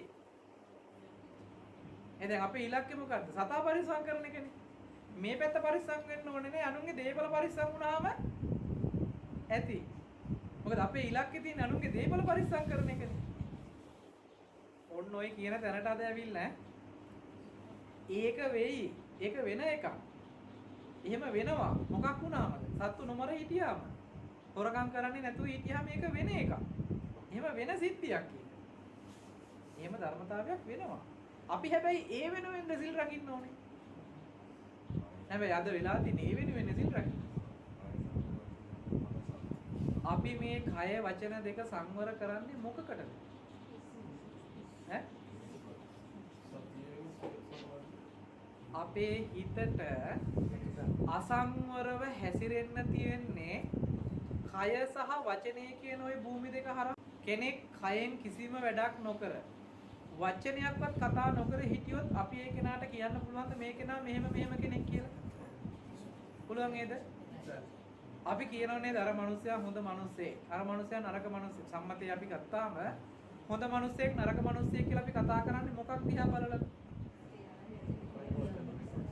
කයේ වචනේ අසංවර බවක් අපි දකිනවා නම් අපි කියන්නේ මිනිස්සයා මොන මිනිස්සෙක්ද? එච්චර හොඳ මිනිස්සෙක් නෙවෙයි කියලා කතා කරනවා. කය වචන දෙක සංවර වෙච්ච මිනිස්සෙක් නම් අපි කියනවා හොඳ මිනිස්සෙක් කියලා. නේද? තාම අපි දන්නේ හිතේ හැටි. හැබැයි උනාට පෙනුමෙන් අපිට කියනවා බොහොම හොඳ ගුණයහපත් කෙනෙක්. එහෙනම් දෙනම් බොහොම නරක දරුණු කෙනෙක් කියලා. එහෙනම් මේ හිතේ ස්වභාවයේ කය වචන දෙක හරහා එළියට එන එකෙන් නේද අපිට මිනුම් දණ්ඩක් වෙලා තියෙන්නේ. කාගේවත් එකක් මනින්න නෙමෙයි. තමන්ගේ මට්ටම මනින්න පුළුවන් වෙලා තියෙන්නේ තෝක හරහාමයි. එහෙනම් මේ හිතේ තියෙන අසංවරකම අපිට එළියට පේන්නේ කයෙන් වචනයෙන් තමයි. එහෙනම් දැන් කය වචන දෙකේ සංවරයට නම් ප්‍රාතිමෝක්ෂ සීලයෙන් පනවලා තියෙන සියලුම ශික්ෂාපද ටික තියෙන්නේ කය වචන දෙකේ සංවරයක් සඳහා. එතකොට කය වචන දෙක සංවර කරන්නේ මොකක් සඳහාද? මේ හිත සංවර කරන්නනේ. මේ පැත්තට මොන දේ වුණත් කමන්නේ අපි සත්තු පරිස්සම් කරමු. මේ පැත්තට මොන දේ වුණත් කමන්නේ අපි අනුන්ගේ වස්තුව පරිස්සම් කරමු. ඔය තනින් සිල් රැක්කොත් මේ ශාසනයේ සිල් නෙමෙයි ඈ. පැහැදිලිද මේ කියන කාරණේ? හැබැයි මේ පැත්ත පරිස්සම් කිරීම සඳහා කය වචන දෙකම සංවර කළොත් අර ටික ඉබේම පරිස්සම් වෙන්නේ නැද්ද? එහෙනම් ඒක වෙයි. ඒකයි මම ඒක වෙන සිද්ධියක්. හැබැයි කරන්න තියෙන්නේ මොකක්ද අපිට? මෙන්න මේ හිත හදන වැඩපිළිවෙලකට යන්නනේ දැන් අපි සිල් රකින්න ඕනේ කියලා මතක් කළේ. එහෙනම් හිත හදන වැඩපිළිවෙලකට යන විදිහට සිල් ටික රැකෙන්න ඕනේ. පැහැදිලි? ඒකට එකපාර බැරි හින්දා තමයි හිත බැහැරට ගහගෙන යන එක බලෙන් අල්ලා ගන්නවා අපි. මැරීමේ චේතනාව පහළ වෙයි. හැබැයි මරන්න නැතුව නතර කරනවා. හොරකම් කිරීමේ චේතනාව පහළ වෙයි. හැබැයි හොරකම් කරන්න නැතුව නතර කරනවා. අන්න සීලයෙන් අපිට යම් රැකවරණයක් හදලා තියෙනවා. මෙහෙම රැකවරණයක් දීලා හිත ඔන්න යම් මට්ටමකට ගෙනාවා කියන්න. දැන් කයෙන් වචනයෙන් වැරදි වෙන්නේ නැති මට්ටමටම දැන් හිත හොඳයි. ශක්තිමත්. යන්නේ නැහැ එළියට බහින්න තියෙන ඉඩ ඇවරුවා. ආයෙ බහින්න තැනක් හොයා ගන්නවා. ඒක තමයි ඇහෙන් එළියට බහිනවා, කනෙන් එළියට බහිනවා, නහයෙන්, දිවෙන්, ශරීරයෙන් එළියට බහිනවා. ওই ටික සංවර කරන්න තමයි ඉන්ද්‍රිය සංවර සීලයක්. ප්‍රාතිමෝක්ෂ සංවර සීලයෙන් ඉන්ද්‍රිය සංවරයකට යනවා. දැන් තව දුරටත් හිත මොකද කරන්නේ? සංවර කරනවා ඉන්ද්‍රිය සංවරයක් කරනවා. ඉන්ද්‍රිය සංවරයක් කරා තව දුරටත් හිත සංවර කරනකොට තව අපිට මේකෙන් දැන් මේ හදාගෙන යනකොට ප්‍රතිඵලත් ඒත් එක්කම ලැබෙන්න ඕන. හිත මෙහෙම සංවර වේගන යනකොට සීලයේ පැත්තෙන් හැදෙනකොට සමාධිය හැදෙන්න ඕනේ සීලෙත් එක්ක. යම් මට්ටමකට සීලයෙන් සංවර වෙනකොට සමාධියේ මට්ටමට තියෙනවා. කාය වචන දෙකේ සංවර වෙනකොට හිත සංවර වෙනවා කියන්නේ ඒ මට්ටමට හිත එකඟ වෙලා නැද්ද? ඒකඟ වෙලා. ඉන්ද්‍රියන් හරහා හිත සංවර කරනකොට ඒ මට්ටමේ හැටියට හිත එකඟ වෙලා නැද්ද? දැන් අපිට භාවනා කරන්න ගිහිල්ලා කරන්න වෙලා තියෙන්නේ හිතේ ගනුදෙනු වඳුන ගන්නද? ඇහෙන් කනෙන් නහයෙන් ගත්ත අරමුණු වල ප්‍රශ්න විසඳන්න. ඇයි සීලෙන් අර ප්‍රශ්නේ විසඳලා අපිට. දැන් තියෙන්නේ හිත ගැන අධ්‍යයනය කරන්න හොඳට. අද අපිට භාවනා කරන්න ගිහිල්ලා වාඩි වුණාට පස්සේ කරන්න වෙලා තියෙන්නේ මොකක්ද? හිත දුවනවා ගෙනත් තියෙනවා. දුවනවා ගෙනත් තියෙනවා. දුවනවා ගෙනත් තියෙනවා. දැන් මේ වැඩේ නේද සීලෙන් කරලා දුන්නේ අපිට ඉස්සෙල්ලා. හිතට දුවන්න පණින්න තියෙන පරිසරය නේද වහලා දැම්මේ. දවස පුරාවට ඔය විදිහට සීලයකින් ඉන්නවා නම් යම් කෙනෙක් ඒ කෙනාට සමාධියේ ඒ සීලයට සාපේක්ෂව සමාධිය හැදිලා. ඒ ක්‍රමය අපි කරන්නේ. ඇයි අපි සීලය කියලා හිතාගෙන අපි කරලා තියෙන්නේ සීලයෙන් ලැබෙන ඵලය ගන්න. භෞතික බැහැ නැත්තම් බහැරට සීලය අපි සිල් රකින්න නිසා බහැරට වෙච්ච කාරණේ කරන්නයි අපි හදලා තියෙන්නේ. අපි සිල්වත් වෙලා සිල් රැකීම නිසා බහැරට වෙච්ච දේ තමයි සත්තුන්ගේ ජීවිත පරිස්සම් වෙච්ච එක, අනුන්ගේ දේපල පරිස්සම් වෙච්ච එක, අනුන්ගේ පෞල් ජීවිත පරිස්සම් වෙච්ච එක, අනුන්ගේ කොට ඒ කියන්නේ වචනයෙන් කරන වැරදි ටිකෙන් අනිත්යට වෙන්න තිබිච්ච අයහපත නතර වෙච්ච එක. ඊට පස්සේ තව කෙනෙකුට කරදරයක් හිරිහැරයක් වෙන්න කරලා තිබිච්ච අපි මද්ද්‍රව්‍ය පාවිච්චි කරපේ. ඕක නතර කරන්න අපි ඒක සිල් විදියට රැකලා තියෙනවා. හැබැයි අනුන්ගේ ජීවිත පරිස්සම් කරන්න ගිහිල්ලා හැබැයි මේක ඇතුලේ පරිස්සම් කරන්න ඕන එකේ රැකිලා නෑ. මේ පැත්ත පරිස්සම් කරා නම් මේ පැත්ත පරිස්සම් වෙලා නැද්ද? ඇයි ප්‍රශ්නේ තිබුණේ එළියේද ඇතුලේද? ප්‍රශ්නේ කොහෙද තිබිලා තියෙන්නේ? එහෙනම් එහෙ පරිස්සම් කරනකොට එළියේ ප්‍රශ්නේ නිකම්මයි විසඳෙන්නේ. හැබැයි අපි මොකද කරලා එළියේ ප්‍රශ්න විසඳන්න ගිහිල්ලා තියෙනවා ඇතුලේ ප්‍රශ්නේ එහෙම්මම තියාගෙන එළියේ ප්‍රශ්න හැදෙන්න තියෙන හේතුව ඇතුලේ එහෙම්මම ඉතුරු කරගෙන එළියේ ප්‍රශ්නයක් ගානේ විසඳන්න ගිහිල්ලා තියෙනවා. දැන් වෙලා තියෙනවා ප්‍රශ්න ටික එහෙම්මම ඉතුරු වෙලා විසඳපු ප්‍රශ්න ටිකක් එළිය හම්බ වෙයි. හැබැයි තාම එළියේ ප්‍රශ්න එහෙම්මම ඉතුරු වෙලා. එළියේ ප්‍රශ්න ඉතුරු වෙලා තියෙන්නේ ඇතුලේ ප්‍රශ්න ගැන දන්නේවත් නැති. පැහැදිලි? එතකොට සිල් රකින්න වෙනව නේද අපිට දැන්? කියන්නේ අපි මෙච්චර කාලයක් සිල් රැක්කේ නැද්ද කියන එක නෙමෙයි ප්‍රශ්නේ. නමුත් සිල් රැකලා තියෙයි. හැබැයි වෙන්න ඕනේ පැත්තට අපි හැරිලා නැහැ. වෙන්න ඕනේ ඇත්තටම මේ පැත්තෙන් ඒ කියන කාරණේ සිද්ධ වෙන්නේ. පැහැදිලි නේද මේ කියපු කාරණේ? ඕකට එකඟ නැතිනම් චුට්ටක් කතා කරමු.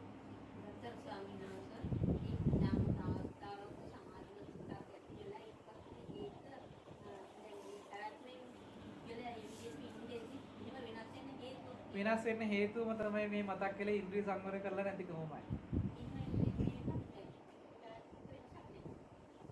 එහෙම නෑ කියලා කිව්වොත් එහෙමනම් උත්තරේ හැම වෙලෙම තමන්ගේ සමාධියට යම් ආකාරයක හානියක් වෙමිනලා අරමුණු වෙනස් වෙලා සමාධි මට්ටමකින් හිත අහකට යනවා කියලා කියන්නෙම නීවරණ ටික වැඩ කරන්න ඉඩ දුන්නා කියන්නේම මනස බහැරට එළියට ගියා කියන එක. යන්න තියෙන්නේ මේ දොරවල් ටිකෙන් විතරමයි වෙන යන්න ක්‍රමයක් නැහැ. එතකොට පැනපු බව දන්නේවත් නැහැ. ඒ කියන්නේ සිහිය පිහිටිලා නැහැ වෙලා. සිහිය තිබුණත් නුවණ නැහැ අඳුන ගන්න මෙහෙම කිරාවැලියක් වෙනවා කියන්නේ. ඇත්තටම ඉන්ද්‍රිය සංවර භවෙන්මයි යොක වෙන්නේ. අපි කියයි නෑ හාමුදුරනේ මං ඇහෙන් එහෙමවත් කනෙන් එහෙමවත් මගේ ඉන්ද්‍රිය නම් එහෙම අසංවර නෑ මං එහෙම ඇහැ සංවර කරලා කන සංවර කරලා තියෙන්නේ කියලා. හැබැයි මේක දන්නේ නැති මට්ටමකට නීවරණ ටිකකින් ආක වහලා වංචනික ධර්ම ටිකක් අපිට හදලා දීලා ඇති. මගේ ඇහෙන් මං රූප බලන්නේ නෑ සද්ද අහන්නේ නෑ කියන තැනකින්. එහෙම තැනකින් නෙමෙයි මේ කියන්නේ. සමහර අපිට නිින්ද එහෙම බලපානවා ගන්න. නිින්ද. ඒ කියන්නේ ඉතින් ඒක තමයි නීවරණ ටික කියලා කිව්වේ ඒකයි. පංච නීවරණයේ හරහා තමයි සමාධිය කඩන්නේ. ඊට පස්සේ ජීවත් වෙන්නේ ආයෙත් මේ ඉන්ද්‍රිය අසංවර භාවයකට ගිහිල්ලාමයි ජීවත් වෙන්න වෙලා තියෙන්නේ. මොකද නීවරණ ඇති තැන නුවණට සිහියට වැඩ කරන්න ඉඩ නැහැ. සමාධියකට ඉඩ නැහැ. ඒ කියන්නේ කුසලයේ පැත්තට පත් කරන්න මනසට ඉඩ දීලා නැහැ. වහලා තියෙන්නේ. ඒ නිසා අනිවාර්යෙන් බහැරට ගිහිල්ලා තියෙනවා. පැහැදිලිද?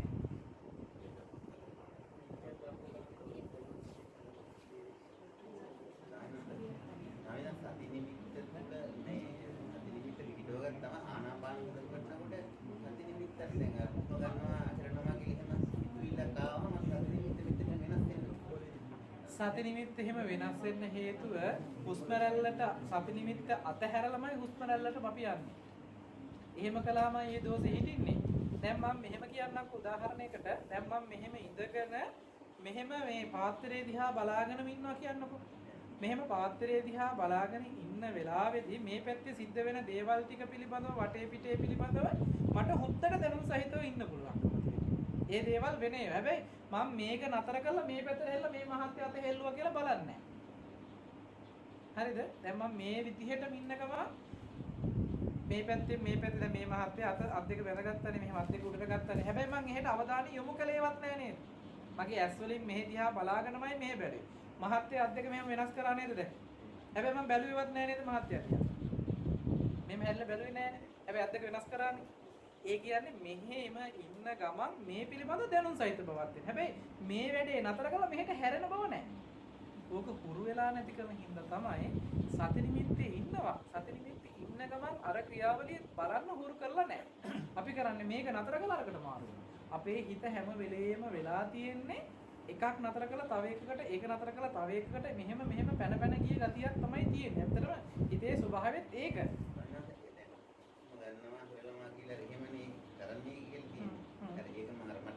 නෑ ආයාසයෙන් හුස්ම ගන්න එක හෙලන එක කරන වෙයි. හිතලම හුස්ම ගන්න වෙද්දි හිතලම හුස්ම හෙලන වෙයි. නෑ ආනාපාන එහෙම පෙන්වන්නේ නෑ. ස්වභාවිකව හුස්ම රැල්ල ඉහළ පහළ යන එක ස්වභාවිකව වෙන්න ඕනේ. හිතාමතා හුස්ම රැල්ල ගන්න යන්න එපා. හුස්ම රැල්ල හෙලන්න යන්න එපා. මෙනෙහි නුවණින් අඳුන ගන්න විතරයි. මෙහෙම සිද්ධියක් වෙනවා කියලා දැනුම් සහිත බවක් ඕනේ. සති නිමිත්ත පිටායින්දී සති නිමිත්ත ඉඳගෙන ආස්වාස ප්‍රස්වාස වෙන එක බලන්නයි බලන්න ඉන්නවා. දැන් ආස්වාසයක් වුණා කියලා හිතන්න එපා. දැන් ප්‍රස්වාස වෙනවා කියලා හිතන්න යන්න එපා. හරිද? සති නිමිත්ත ඉඳගෙන එහෙම වෙන සිද්ධිය බලන් ඉන්නයි ඕනේ. ආස්වාස ප්‍රස්වාස පස්සේ යන්නත් එපා. මම ඒකට ඔබතුමාට මෙහෙම උදාහරණයක් කියන්නම්.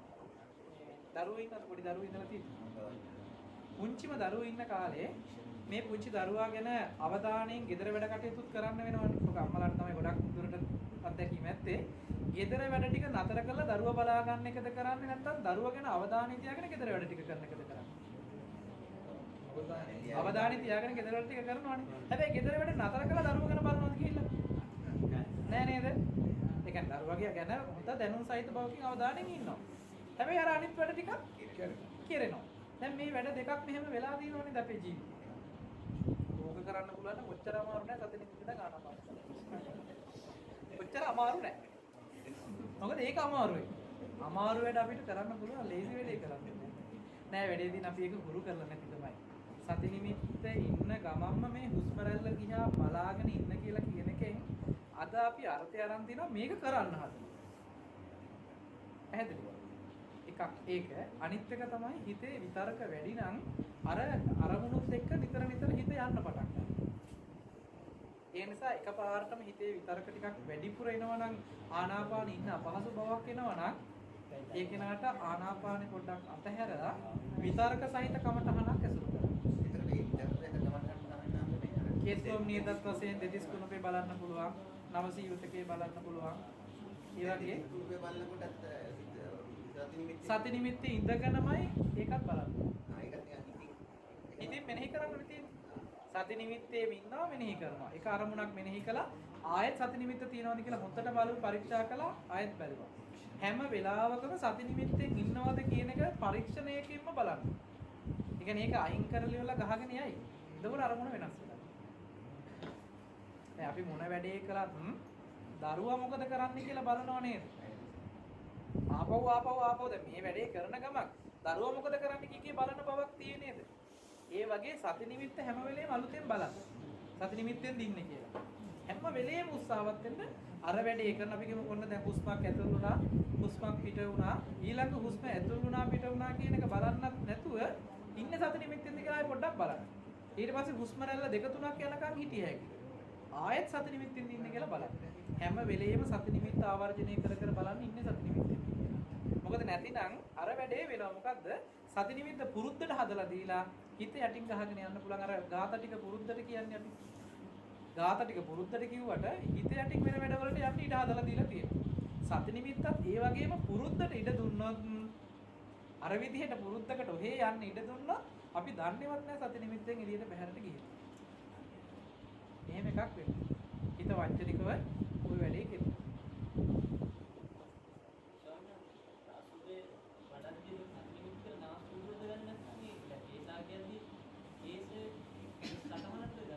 සටහන් ටික ගන්න සිහි කරන්න කිසිම ගැටලුවක් නැහැ සති නිමිත්තේ ඉඳලා.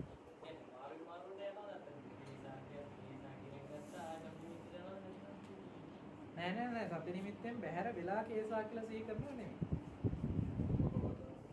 ඔක ටිකක් අමාරුයි පුරුදු කරන්න නැතුව මොකද දැන් ඔය තියෙන ගැටලුව තියෙන්නේ සති නිමිත්තත් තාම හුරු නෑනේ හරියටම. ඒකද හුරු නැතුව ඊළඟ ප්‍රශ්නේ අහන්න ගියපම තියෙන ප්‍රායෝගික ප්‍රශ්නේ ඒකට දෙන උත්තරේම Tamanට ගැටලුවක් මොකද? එහෙම කරන්න පුළුවන්ද කියලා. ඇත්තටම කරන්න පුළුවන්. පුළුවන් වෙන්නේ ඒක හුරු වුණොත්. පැහැදිලි? ඒකට දෙන්න තියෙන උත්තරේ ඔක මට. මොකද හුරු නොවි අපි දැන් හිතනවා මේක කරලා අරක කරන්න ගියාම මේකෙම අරක කරන්න පුළුවන් අපිට කියලා. නෑ ඇත්තට මේක පුරුදු වුණාට පස්සේ දැන් අපි කියනකොට දැන් කණ්ණාඩි දානකොට මුලින්ම කණ්ණාඩි දාන වෙලාවේ මේක හරි අපහසුයි. මේක ගැන හැම වෙලේම අවධානය යොමු වෙනවා. මේක මේ අපහසු බවක් තමයිලට දාගිනකොට හරි අමාරුවක් දැනෙනවා. හැබැයි මේක දාගෙන ටික දවසක් පුරුදු වුණාට පස්සේ මේක තියනවද නැද්ද කාටවත් දැනෙන්නේ නැතුව සාමාන්‍ය ජීවිතේම වෙනවා ඒක. පැහැදිලිද? ඒ වගේ සති නිමිත්ත තමන්ගේ ජීවිතේ වෙන වෙලාවක්. ඒ වෙලෙට ආයාසයෙන් දැන් අද වෙලා තියෙන්නේ ආයාසයෙන් සති නිමිත්ත හදන්නත් ඕනේ. ආයාසයෙන් කමඨහන මෙනෙහි කරන්නත් ඕනේ. හැබැයි ඇත්තටම කමඨහනෙන් මෙනෙහි කිරීමෙන්ම සති නිමිත්තට අනුග්‍රහයක් දක්වන විදිහට කමඨහන මෙනෙහි කළොත් සති නිමිත්ත ඉක්මනින්ම හැදෙනවා. ඒ ක්‍රමය දන්නේ නැති හින්දා අපි මොකද කරන්නේ? සති නිමිත්ත මෙනෙහි කරනවා කමඨහනට යනකොට සති නිමිත්ත අතහැරලා කමඨහනට යනවා. ඇයි මේක පුරුදු වෙන්න දන්නේ නැති හින්දා. ඉතින් මෙහෙම මේ විදිහේ සාකච්ඡාවකින් මෙහෙම කිව්වට ඕක කරන්න නම් වෙන්නේ ප්‍රායෝගික ක්‍රමයකින්මයි. අහගෙන හිටියට නම් කවදාකවත් මේක කරන්න බෑ. අහගෙන ඉන්න ටිකෙන් කෙරෙන්නේ නැහැ. කරන්න ඕනේ වරදින්නත් ඕනේ. වැරදිලා තමයි මේක නිවැරදි වෙන්න ඕනේ. ඒ අත්දැකීම් ටික ලැබෙන්න ඕනේ.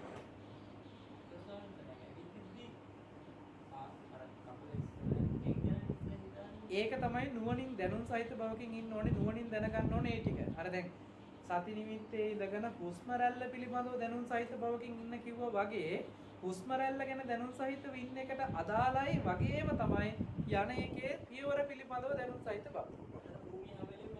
මෙතන ඉඳගෙන දැනුම් සහිත බව තමයි අර විදිහට තියෙන්නේ. කෙස්ලොම් නියදත් පිළිබඳව සිහි කරන එකට දැනුම් සහිත බවමයි අර විදිහට තියෙන්නේ.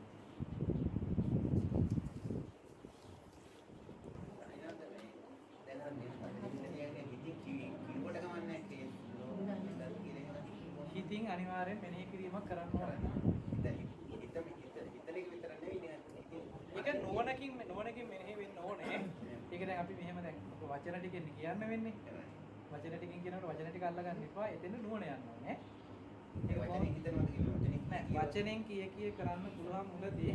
හැබැයි මේ වචන ටිකත් එක්ක නුවණක් තියෙනවා. නැතිනම් වෙන්නේ වචන ටික කටපාඩම් කරගෙන වචන ටික කියනවර ගාත කියනවා වගේම ඊට පස්සේ වෙන්නේ. නුවණක් වැඩ කරන්නේ නැතුව යනවා ඊට පස්සේ.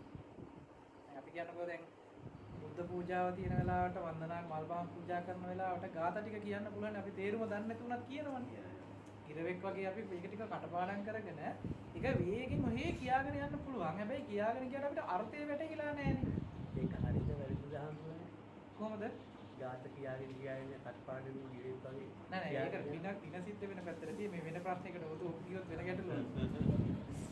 දැන් අපි කියමුකෝ කෙස් ටික අසුබයි කියලා ගන්නකො.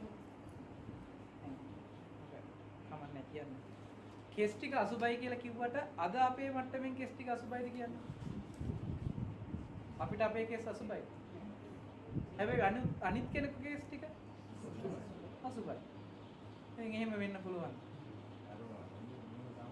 ලොම් ටික, නිය ටික, දත් ටික තමන්ගේ අසුබයි.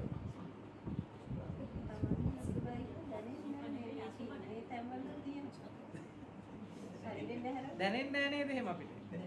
එහෙමනම් කරන්න තියෙ උපක්‍රමයක් තමන්ට තමන්ගේම අසුබ දැනෙන දේවල් ටිකක් තියෙනවා.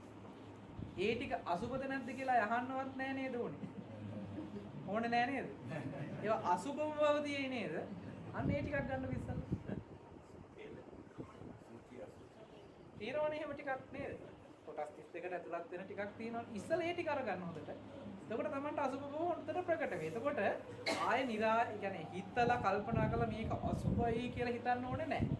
ආයාසයෙන් හිතන්න ඕනේ නැහැ. નિરાයාසයෙන් අසුබ බව තේරෙයි. එතකොට එහෙම ටිකක් බලනකොට ඔන්න හිතට අර කියන අසුබ බව ටිකක් දැනේ. එහෙමනම් ඒ වගේම කෙස් ටිකත් අසුබයි නේ. දැන් අන්න ඒ වගේ එකක් තියෙනවනේ දැන් අපිට. නැතිනම් ඉතින් කෙස් අසුබයි අසාරයි නිස්සාරයි දුකදයි පිළිකුලයි අනිත්‍යයි දුකයි අනාත්මයි මම නෙමෙයි මගේ නෙමෙයි මගේ ආත්මය නෙමෙයි කියලා කටපාඩම් කරගත්ත ලිස්ට් එක තියෙනවා අපේ. ඔය ලිස්ට් එක කියව ඉඳී පැය 24 වුණා. හැබැයි නුවණක් වැඩෙන්නේ නැහැ. ඇයි? මේ ටික කියවීමෙන් නුවණ වැඩෙනවා නම් නිවන් දකින්න කෙච්චර ලේසි පහසු වැඩක් වෙයි අපිට. ඇයි? කියව හිටියොත් නිවන් දකින්න පුළුවන් නේ. යථාර්ථය අවබෝධ වෙන්නේ නැහැ. හැබැයි එහෙම කියවන්න ඕනේ අසුබ බව දැනෙන විදිහට. නුවණක් එන විදිහට. නේද? දැන් මේක කිව්වොත් කට්ටිය කෑම කන එක නතර කරලා දන්නේ නැහැ. තමන් නැහැ කියන්න හිතේ අපි ගෙදර තමන්ම උයපු කෑම එකක නම් තමන්ට කෙස් ගහක් හම්බ වෙන්නේ මුළු කෑම එකම දායිද අපි ඩස්බින් එකට? නෑ නේද? අවංකව උත්තරයක් දෙන්නකෝ. නෑ නේද? මොකද කරන්නේ කෙස් ගහ පැත්තකට අයින් කරයි නැත්නම් ඒ කෙස් ගහ තිබිච්ච බත් කට විතරක් අයින් කරයි. ඔය දෙකෙන් එකක් වෙයි. ඊටු ටික කයි. නේද? නියපොතු කෑල්ලක් තිබ්බ කියනකො තමන්ගෙම කියලා දන්නවා කියලා. කිසි සැකයක් නෑ තමන්ගෙම. ඒක අල්ලා විසික් කරලා දායි. නැත්නම් ඒ බත් කට විතරක් අයින් කරයි. නේද? දැන් කටට මෙහෙම ගත්තාම සමහරලාට කටට ගන්නකොට කටේ ඇතුලේ හපලා තිබිච්ච එකක් පිඟානට වැටෙන්න බැරි නේද? ඒක අයින් කරගෙන ඉන්න ඒකත් කනවා ආපහු. අවංක උත්තරයක් දෙන්න. ඒක දැන් ඒක අපිරිය නෑනේ. නෑ. හැබැයි අනුන්ගේ එකක් එහෙම වුණොත් අනුන්ගේ කෙස් ගහක් තිබුණොත් දැන් තමන්ගේම දතක් තිබුණොත් බත් එකේ ඒදලන් ටිකක් අපහසු බවක් තියෙයි නේද? හැබැයි ඒ වගේ 32ක් හපලා තමයි ගිලින්නේ. එතකොට ගිලින්න අපහසු නෑ අපට. කෙල ටික මිශ්‍ර වෙලා හොඳට තලපයක් හැදිලා තමයි ඕක ගිලින්න පුළුවන්. එතකොට අපහසුවක් නෑ. හැබැයි ඒ හපලා ගිලින්න ඔන්න මෙන්න තියෙන ටිකක් එළියට ගරගෙන ආයි ගිලින්න බලන්න. පුළුවන් ඒ. ඇයි ගිලින්නේ නැත්ද? ඒ කියන්නේ එහෙනම් ගිලින එකේ නෙමෙයි ප්‍රශ්නේ තියෙන්නේ. ඇහැට පෙනිච්ච එකේ ප්‍රශ්නයක් තියෙන්නේ. ඇයි? පෙවුන් නැතුව ගිලින්න පුළුවන්. පෙනුනොත් ගිලින්න බෑ. නේද? එහෙනම් ඔන්න අපිට දැන් උත්තර ටික හම්බෙලානේ නේද? මොකක්ද එහෙනම් මේ වෙලාව තියෙන්නේ? මේ ඇහැට පේන මට්ටමින් තමයි අපි මේ සුභ වශයෙන් සංඥාවක් උපදව ගන්න මේ පරිසරය හදලා තියෙන්නේ. කේස්ලොම් නියද සම් කියන ටික විතරයි අපිට ඇස් මට්ටමින් පේන ටිකට තියෙන්නේ. අපේ මේ ශරීරයේ කොටස් 32 ගත්තාම මේ කොටස් 32කින් අපිට පේන මට්ටමට අවිල්ලා තියෙන මොන ටිකද කියලා බලන්න. කේස් ටික, ලොම් ටික, නිය ටික, දත් ටික සම. ඔය පහනේ අපිට පේන්නේ පංචපංචකය කියලා පෙන්නන්නේ ඔය ටික. ඔය ටිකෙන් ඇතුලේ තියෙන ඒවා ටික පේන්නේ නැහනේ. වකුගඩු අරගෙන හොද්දට මැදලා දාගන්නවද අපි ආපහු? පිරිසුදු කරන්නේ නැහැ. නේද? එකක්වත් පිරිසුදු කරන්නේ නැහැ. හැබැයි ඒ ටික ඔක්කොම ඇතුලේ තියෙනවා. හැබැයි පේන්නේ නැහැ. ඒ හින්දා අර පේන මට්ටමේ තියෙන ටිකට අපිට පිළිකුලක් උපදින්නේ නැහැ වගේ. ඇයි ඒවා පිරිසුදු කරලා හොඳට සුබ වශයෙන් ඒව කරන්න ඕනේ නැත්නම් අනිත්‍යයෙන් ප්‍රශ්නයක් වෙයි. නැත්නම් හාමුදුරුවෝ කියලා කියව සුබෝ තියන්න එපා කියලා කිව්වා කියලා වැරදි අර්ථයක් ගන්න එපා. ඒ ටික හොඳට පිරිසුදු කරනවා වුණාට අපිට නුවණක් තියෙන්න ඕනේ මේ ටික හැම වෙලේම අපිරිසුදු වෙන බවකින් යුක්තයි. හැබැයි පිරිසුදු කරන්න බැරි ටිකක් තියෙනවනේ. අන්න ඒ ටික පොඩ්ඩක් සිහි කරපුවාම ඒකේ ඇත්ත ස්වභාවය අපිට තේරෙනවා. මේ ඇත්ත වහලා තියෙන්නේ මේ පහේ. මේ පස් දෙනා ඇත්ත වහලා අපි පිරිසුදු කරලා අරගත්තේ. හැබැයි මේ පහටත් අර කියන ස්වභාව ලක්ෂණයම අසුබ කියන ස්වභාවය තියෙයි. හැබැයි ඒ ටික નિરાයාසයෙන් ගන්න බෑ. ආයාසයෙන් නුවණකින් හිතලමයි ගන්න ඕනේ. ස්වාමීන් වහන්සේ මේ ඒවා මෙනෙහි කරද්දී මේ අසුබ සංඥා වගේ දේවල් මෙනෙහි කරද්දී හිත විසිරෙන්නේ නැත්තම් ඒවයින්ම හිතන්න පුළුවන් නම් වෙන දේවල් හිතන්න නැතුව ඒක අස්සට ඇවිත් ඒක හිතලා ඉවර වෙනකොට ඉවරයිනේ වැඩේ. එයින් එහාට හිත වඩන්නේ කොහොමද? දැන් මෙහෙම කාරණයක් තියෙනවා. සිහියක පිහිටා ඉන්න කියන කාරණාව පෙන්වන්නේ අපි හදන නුවණක් තියෙනවානේ මේ ගැන විමසලා. මේ හදලා අපි දැන් කාරණා ධර්ම කරුණු විමසලා ගන්න නුවණට පවතින පරිසරයක් හදලා තියෙනවා. සිහියත් එක්ක තමයි නුවණ පිහිටන්න පුළුවන්කම තියෙන්නේ. එහෙම නැති වුණොත් සිහියක පිහිටවල නැති වුණාම වෙන දෝෂෙ මම කියන්නම්. අපි හිතමුකෝ දැන් මෙහෙම රූපය අරගෙන කෙස්ලොම් නියද සම්මස්නහර විදිහට අපි බැලුවා. අපිට හොඳටම තේරෙනවා මෙතන සත්වයේ පුද්ගලයේ පවතින හේතු නෑ මෙතන. මෙතන තියෙන්නේ මෙන්න මෙහෙම කුණප කොටස් ටිකක්. කියලා ඔන්න හොඳට නුවණ දැන් ආවා. භාවනාව නතර කළා සාමාන්‍ය ජීවිතය අපි ජීවත් වෙනකොට ආයෙත් අර කොටස් 32මයි හම්බ වෙන්නේ. හැබැයි අපිට පුද්ගලයේ එහෙමම ඉන්නවා. අර කලින් ගත්ත නුවණට මොකද උනේ? ඒ නුවණට පිහිටන්න සිහියේ නුවණ එක්තෙන් කරපු යෝනිසෝ මනසිකාරයකට හිත වැඩ කරන්න ඉඩ දීලා නෑ අපි. ඇයි? එකක් විතරක් හැදුවා අනිත් පැත්තෙන් ඒක දුපකාරක ධර්මතාවය පවත්වාවේ නෑ. ඒ හින්දා ආයෙත් අපිට කෙස්ලොම් නියදත් බලනකොට හොඳට නුවණ පුද්ගලෙක් නෑ නේද? හැබැයි ඒක පිහිටන්නේ. පිහිටන්නේ නැති වෙන්නේ හේතුව ඇයි? පිහිටන්න අවශ්‍ය කරන තැනම නෑ අපි. සති සම්පජාන්‍යයක් මේ කමඨහන් ටික දුන්නෙම මොකක් සඳහාද? සති සම්පජාන්‍ය. සතිපට්ඨානය කියලා කියන්නේ සිහිය පිහිටවන්න ඕන එක. පිහිටවපුවම තමයි පිහිටවපු තැනේ ඉඳන් තමයි නුවණ වඩන්නේ. ඒ නිසා සති නිමිත්තක් කරහා සිහිය පිහිටවීම අත්‍යවශ්‍යමයි.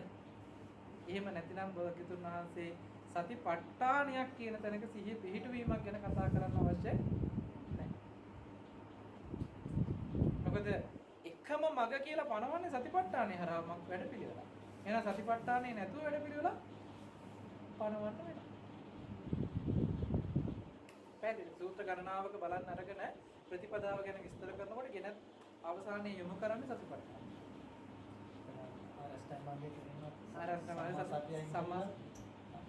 අනිත් ටික වඩන්න පුළුවන් වගේ උත්තරයක් තමයි මම දෙන්නේ. වෙලාව නම් 4යි.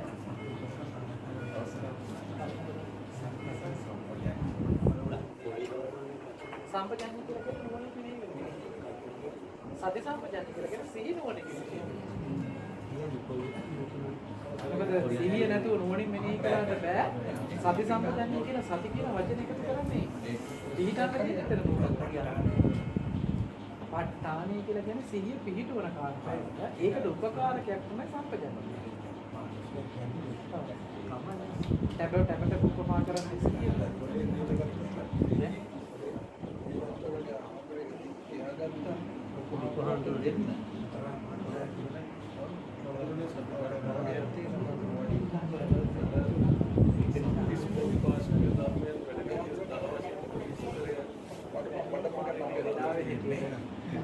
කියන්න නම් පුළුවන්.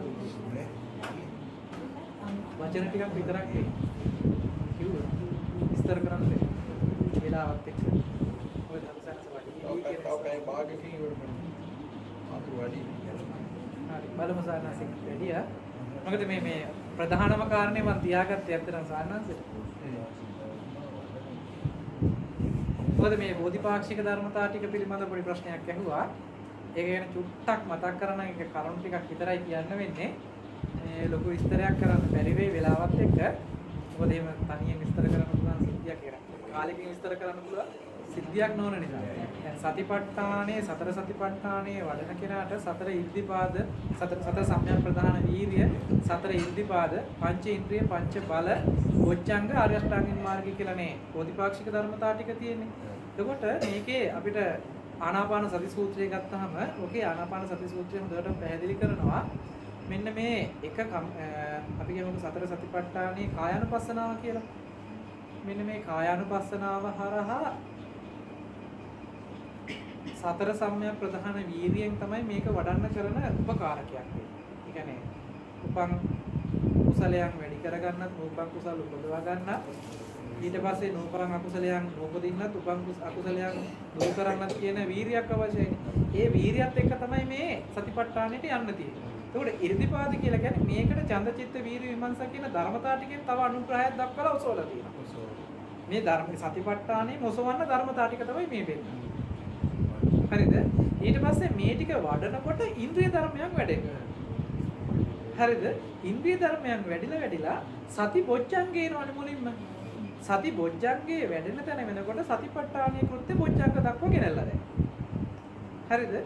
ඊට පස්සේ සතිපට්ඨානෙන් ගෙනාවු ධර්මතාවය වලින් ගොඩනගලා දුන්න නුවණ තමයි බොජ්ජංග ටිකෙන් ඉදිරියට අරන් යන්නේ. එතකොට බොජ්ජංග ටික වඩනකොට සතිපට්ඨානෙ මිදිලා. මිදිලා කියලා කියන්නේ ඒකෙන් අයින් වෙලා නෙමෙයි. ඒකේ උපරිමයට ඇවිල්ලා. සතිපට්ඨානේ උපරිමය තමයි සති සම්පොච්චංගය කියන්නේ. එතකොට සති සම්පොච්චංගයෙන් බොජ්ජංග ධර්මතා ටික වැඩෙනකොට මේ ඒ ටිකේ සමාධි ප්‍රඥා ටික ওই ටික වැඩිලා ක්‍රියාත්මක වෙනකොට සම්මා දිට්ඨියට තමයි අනුග්‍රහය ලැබෙන්නේ. මොකද මේ අනිත් ධර්මතා ටික ඔක්කොම පුරවන්නේ සම්මා දිට්ඨිය අඩු. සම්මා දිට්ඨිය අහලා දැනගත් සම්මා දිට්ඨියක් සහ අවබෝධ කරගත් සම්මා දිට්ඨියක් කියලා ධම්මා දිට්ඨියක අවස්ථා දෙකක් වෙන්නනවනේ. මුලින් සත්‍ය ඥානය. සත්‍ය ඥාන, කෘත්‍ය ඥාන, කෘතඥාන කියලා පෙන්වන තැනක් තියෙනවනේ. එකක් ඊළඟට මාර්ග සම්මා දිට්ඨිය සහ ඵල සම්මා දිට්ඨිය කියලා මතක් කරනවනේ. මොකද මාර්ගය තුල සම්මා දිට්ඨිය පුරවනවා. ඊට පස්සේ ඵලයේ තුලට ඒ මට්ටමේ පිහිටනවා. ඒ විදිහට තමයි මේ බොජ්ජංග ටික සහ ටික වැඩේ. ක්‍රමයේ කිව්වේ නමුත් විස්තර කරේ නැහැ. මේ පින්නතුට දැන්විය යුතු කාරණයක් තියෙනවා. මේ මාසේ 18 වෙනිදා රාත්‍රී 7ට මේ දේශකයන් වහන්සේගේ ධර්ම දේශනාව බෝධිරාජ මණ්ඩලයේදී බෝධිරාජ පරිශ්‍රයේදී මාතෘ පැවැත්වුණා. එදා උදේ කොටිකාකොට පන්සලේදී උන්වහන්සේගේ දේශනා දෙකක් තියෙනවා. රාත්‍රී 7ට ධර්ම දේශනාවක් පැවැත්වෙනවා මාතර බෝධිරාජ මණ්ඩලයේ.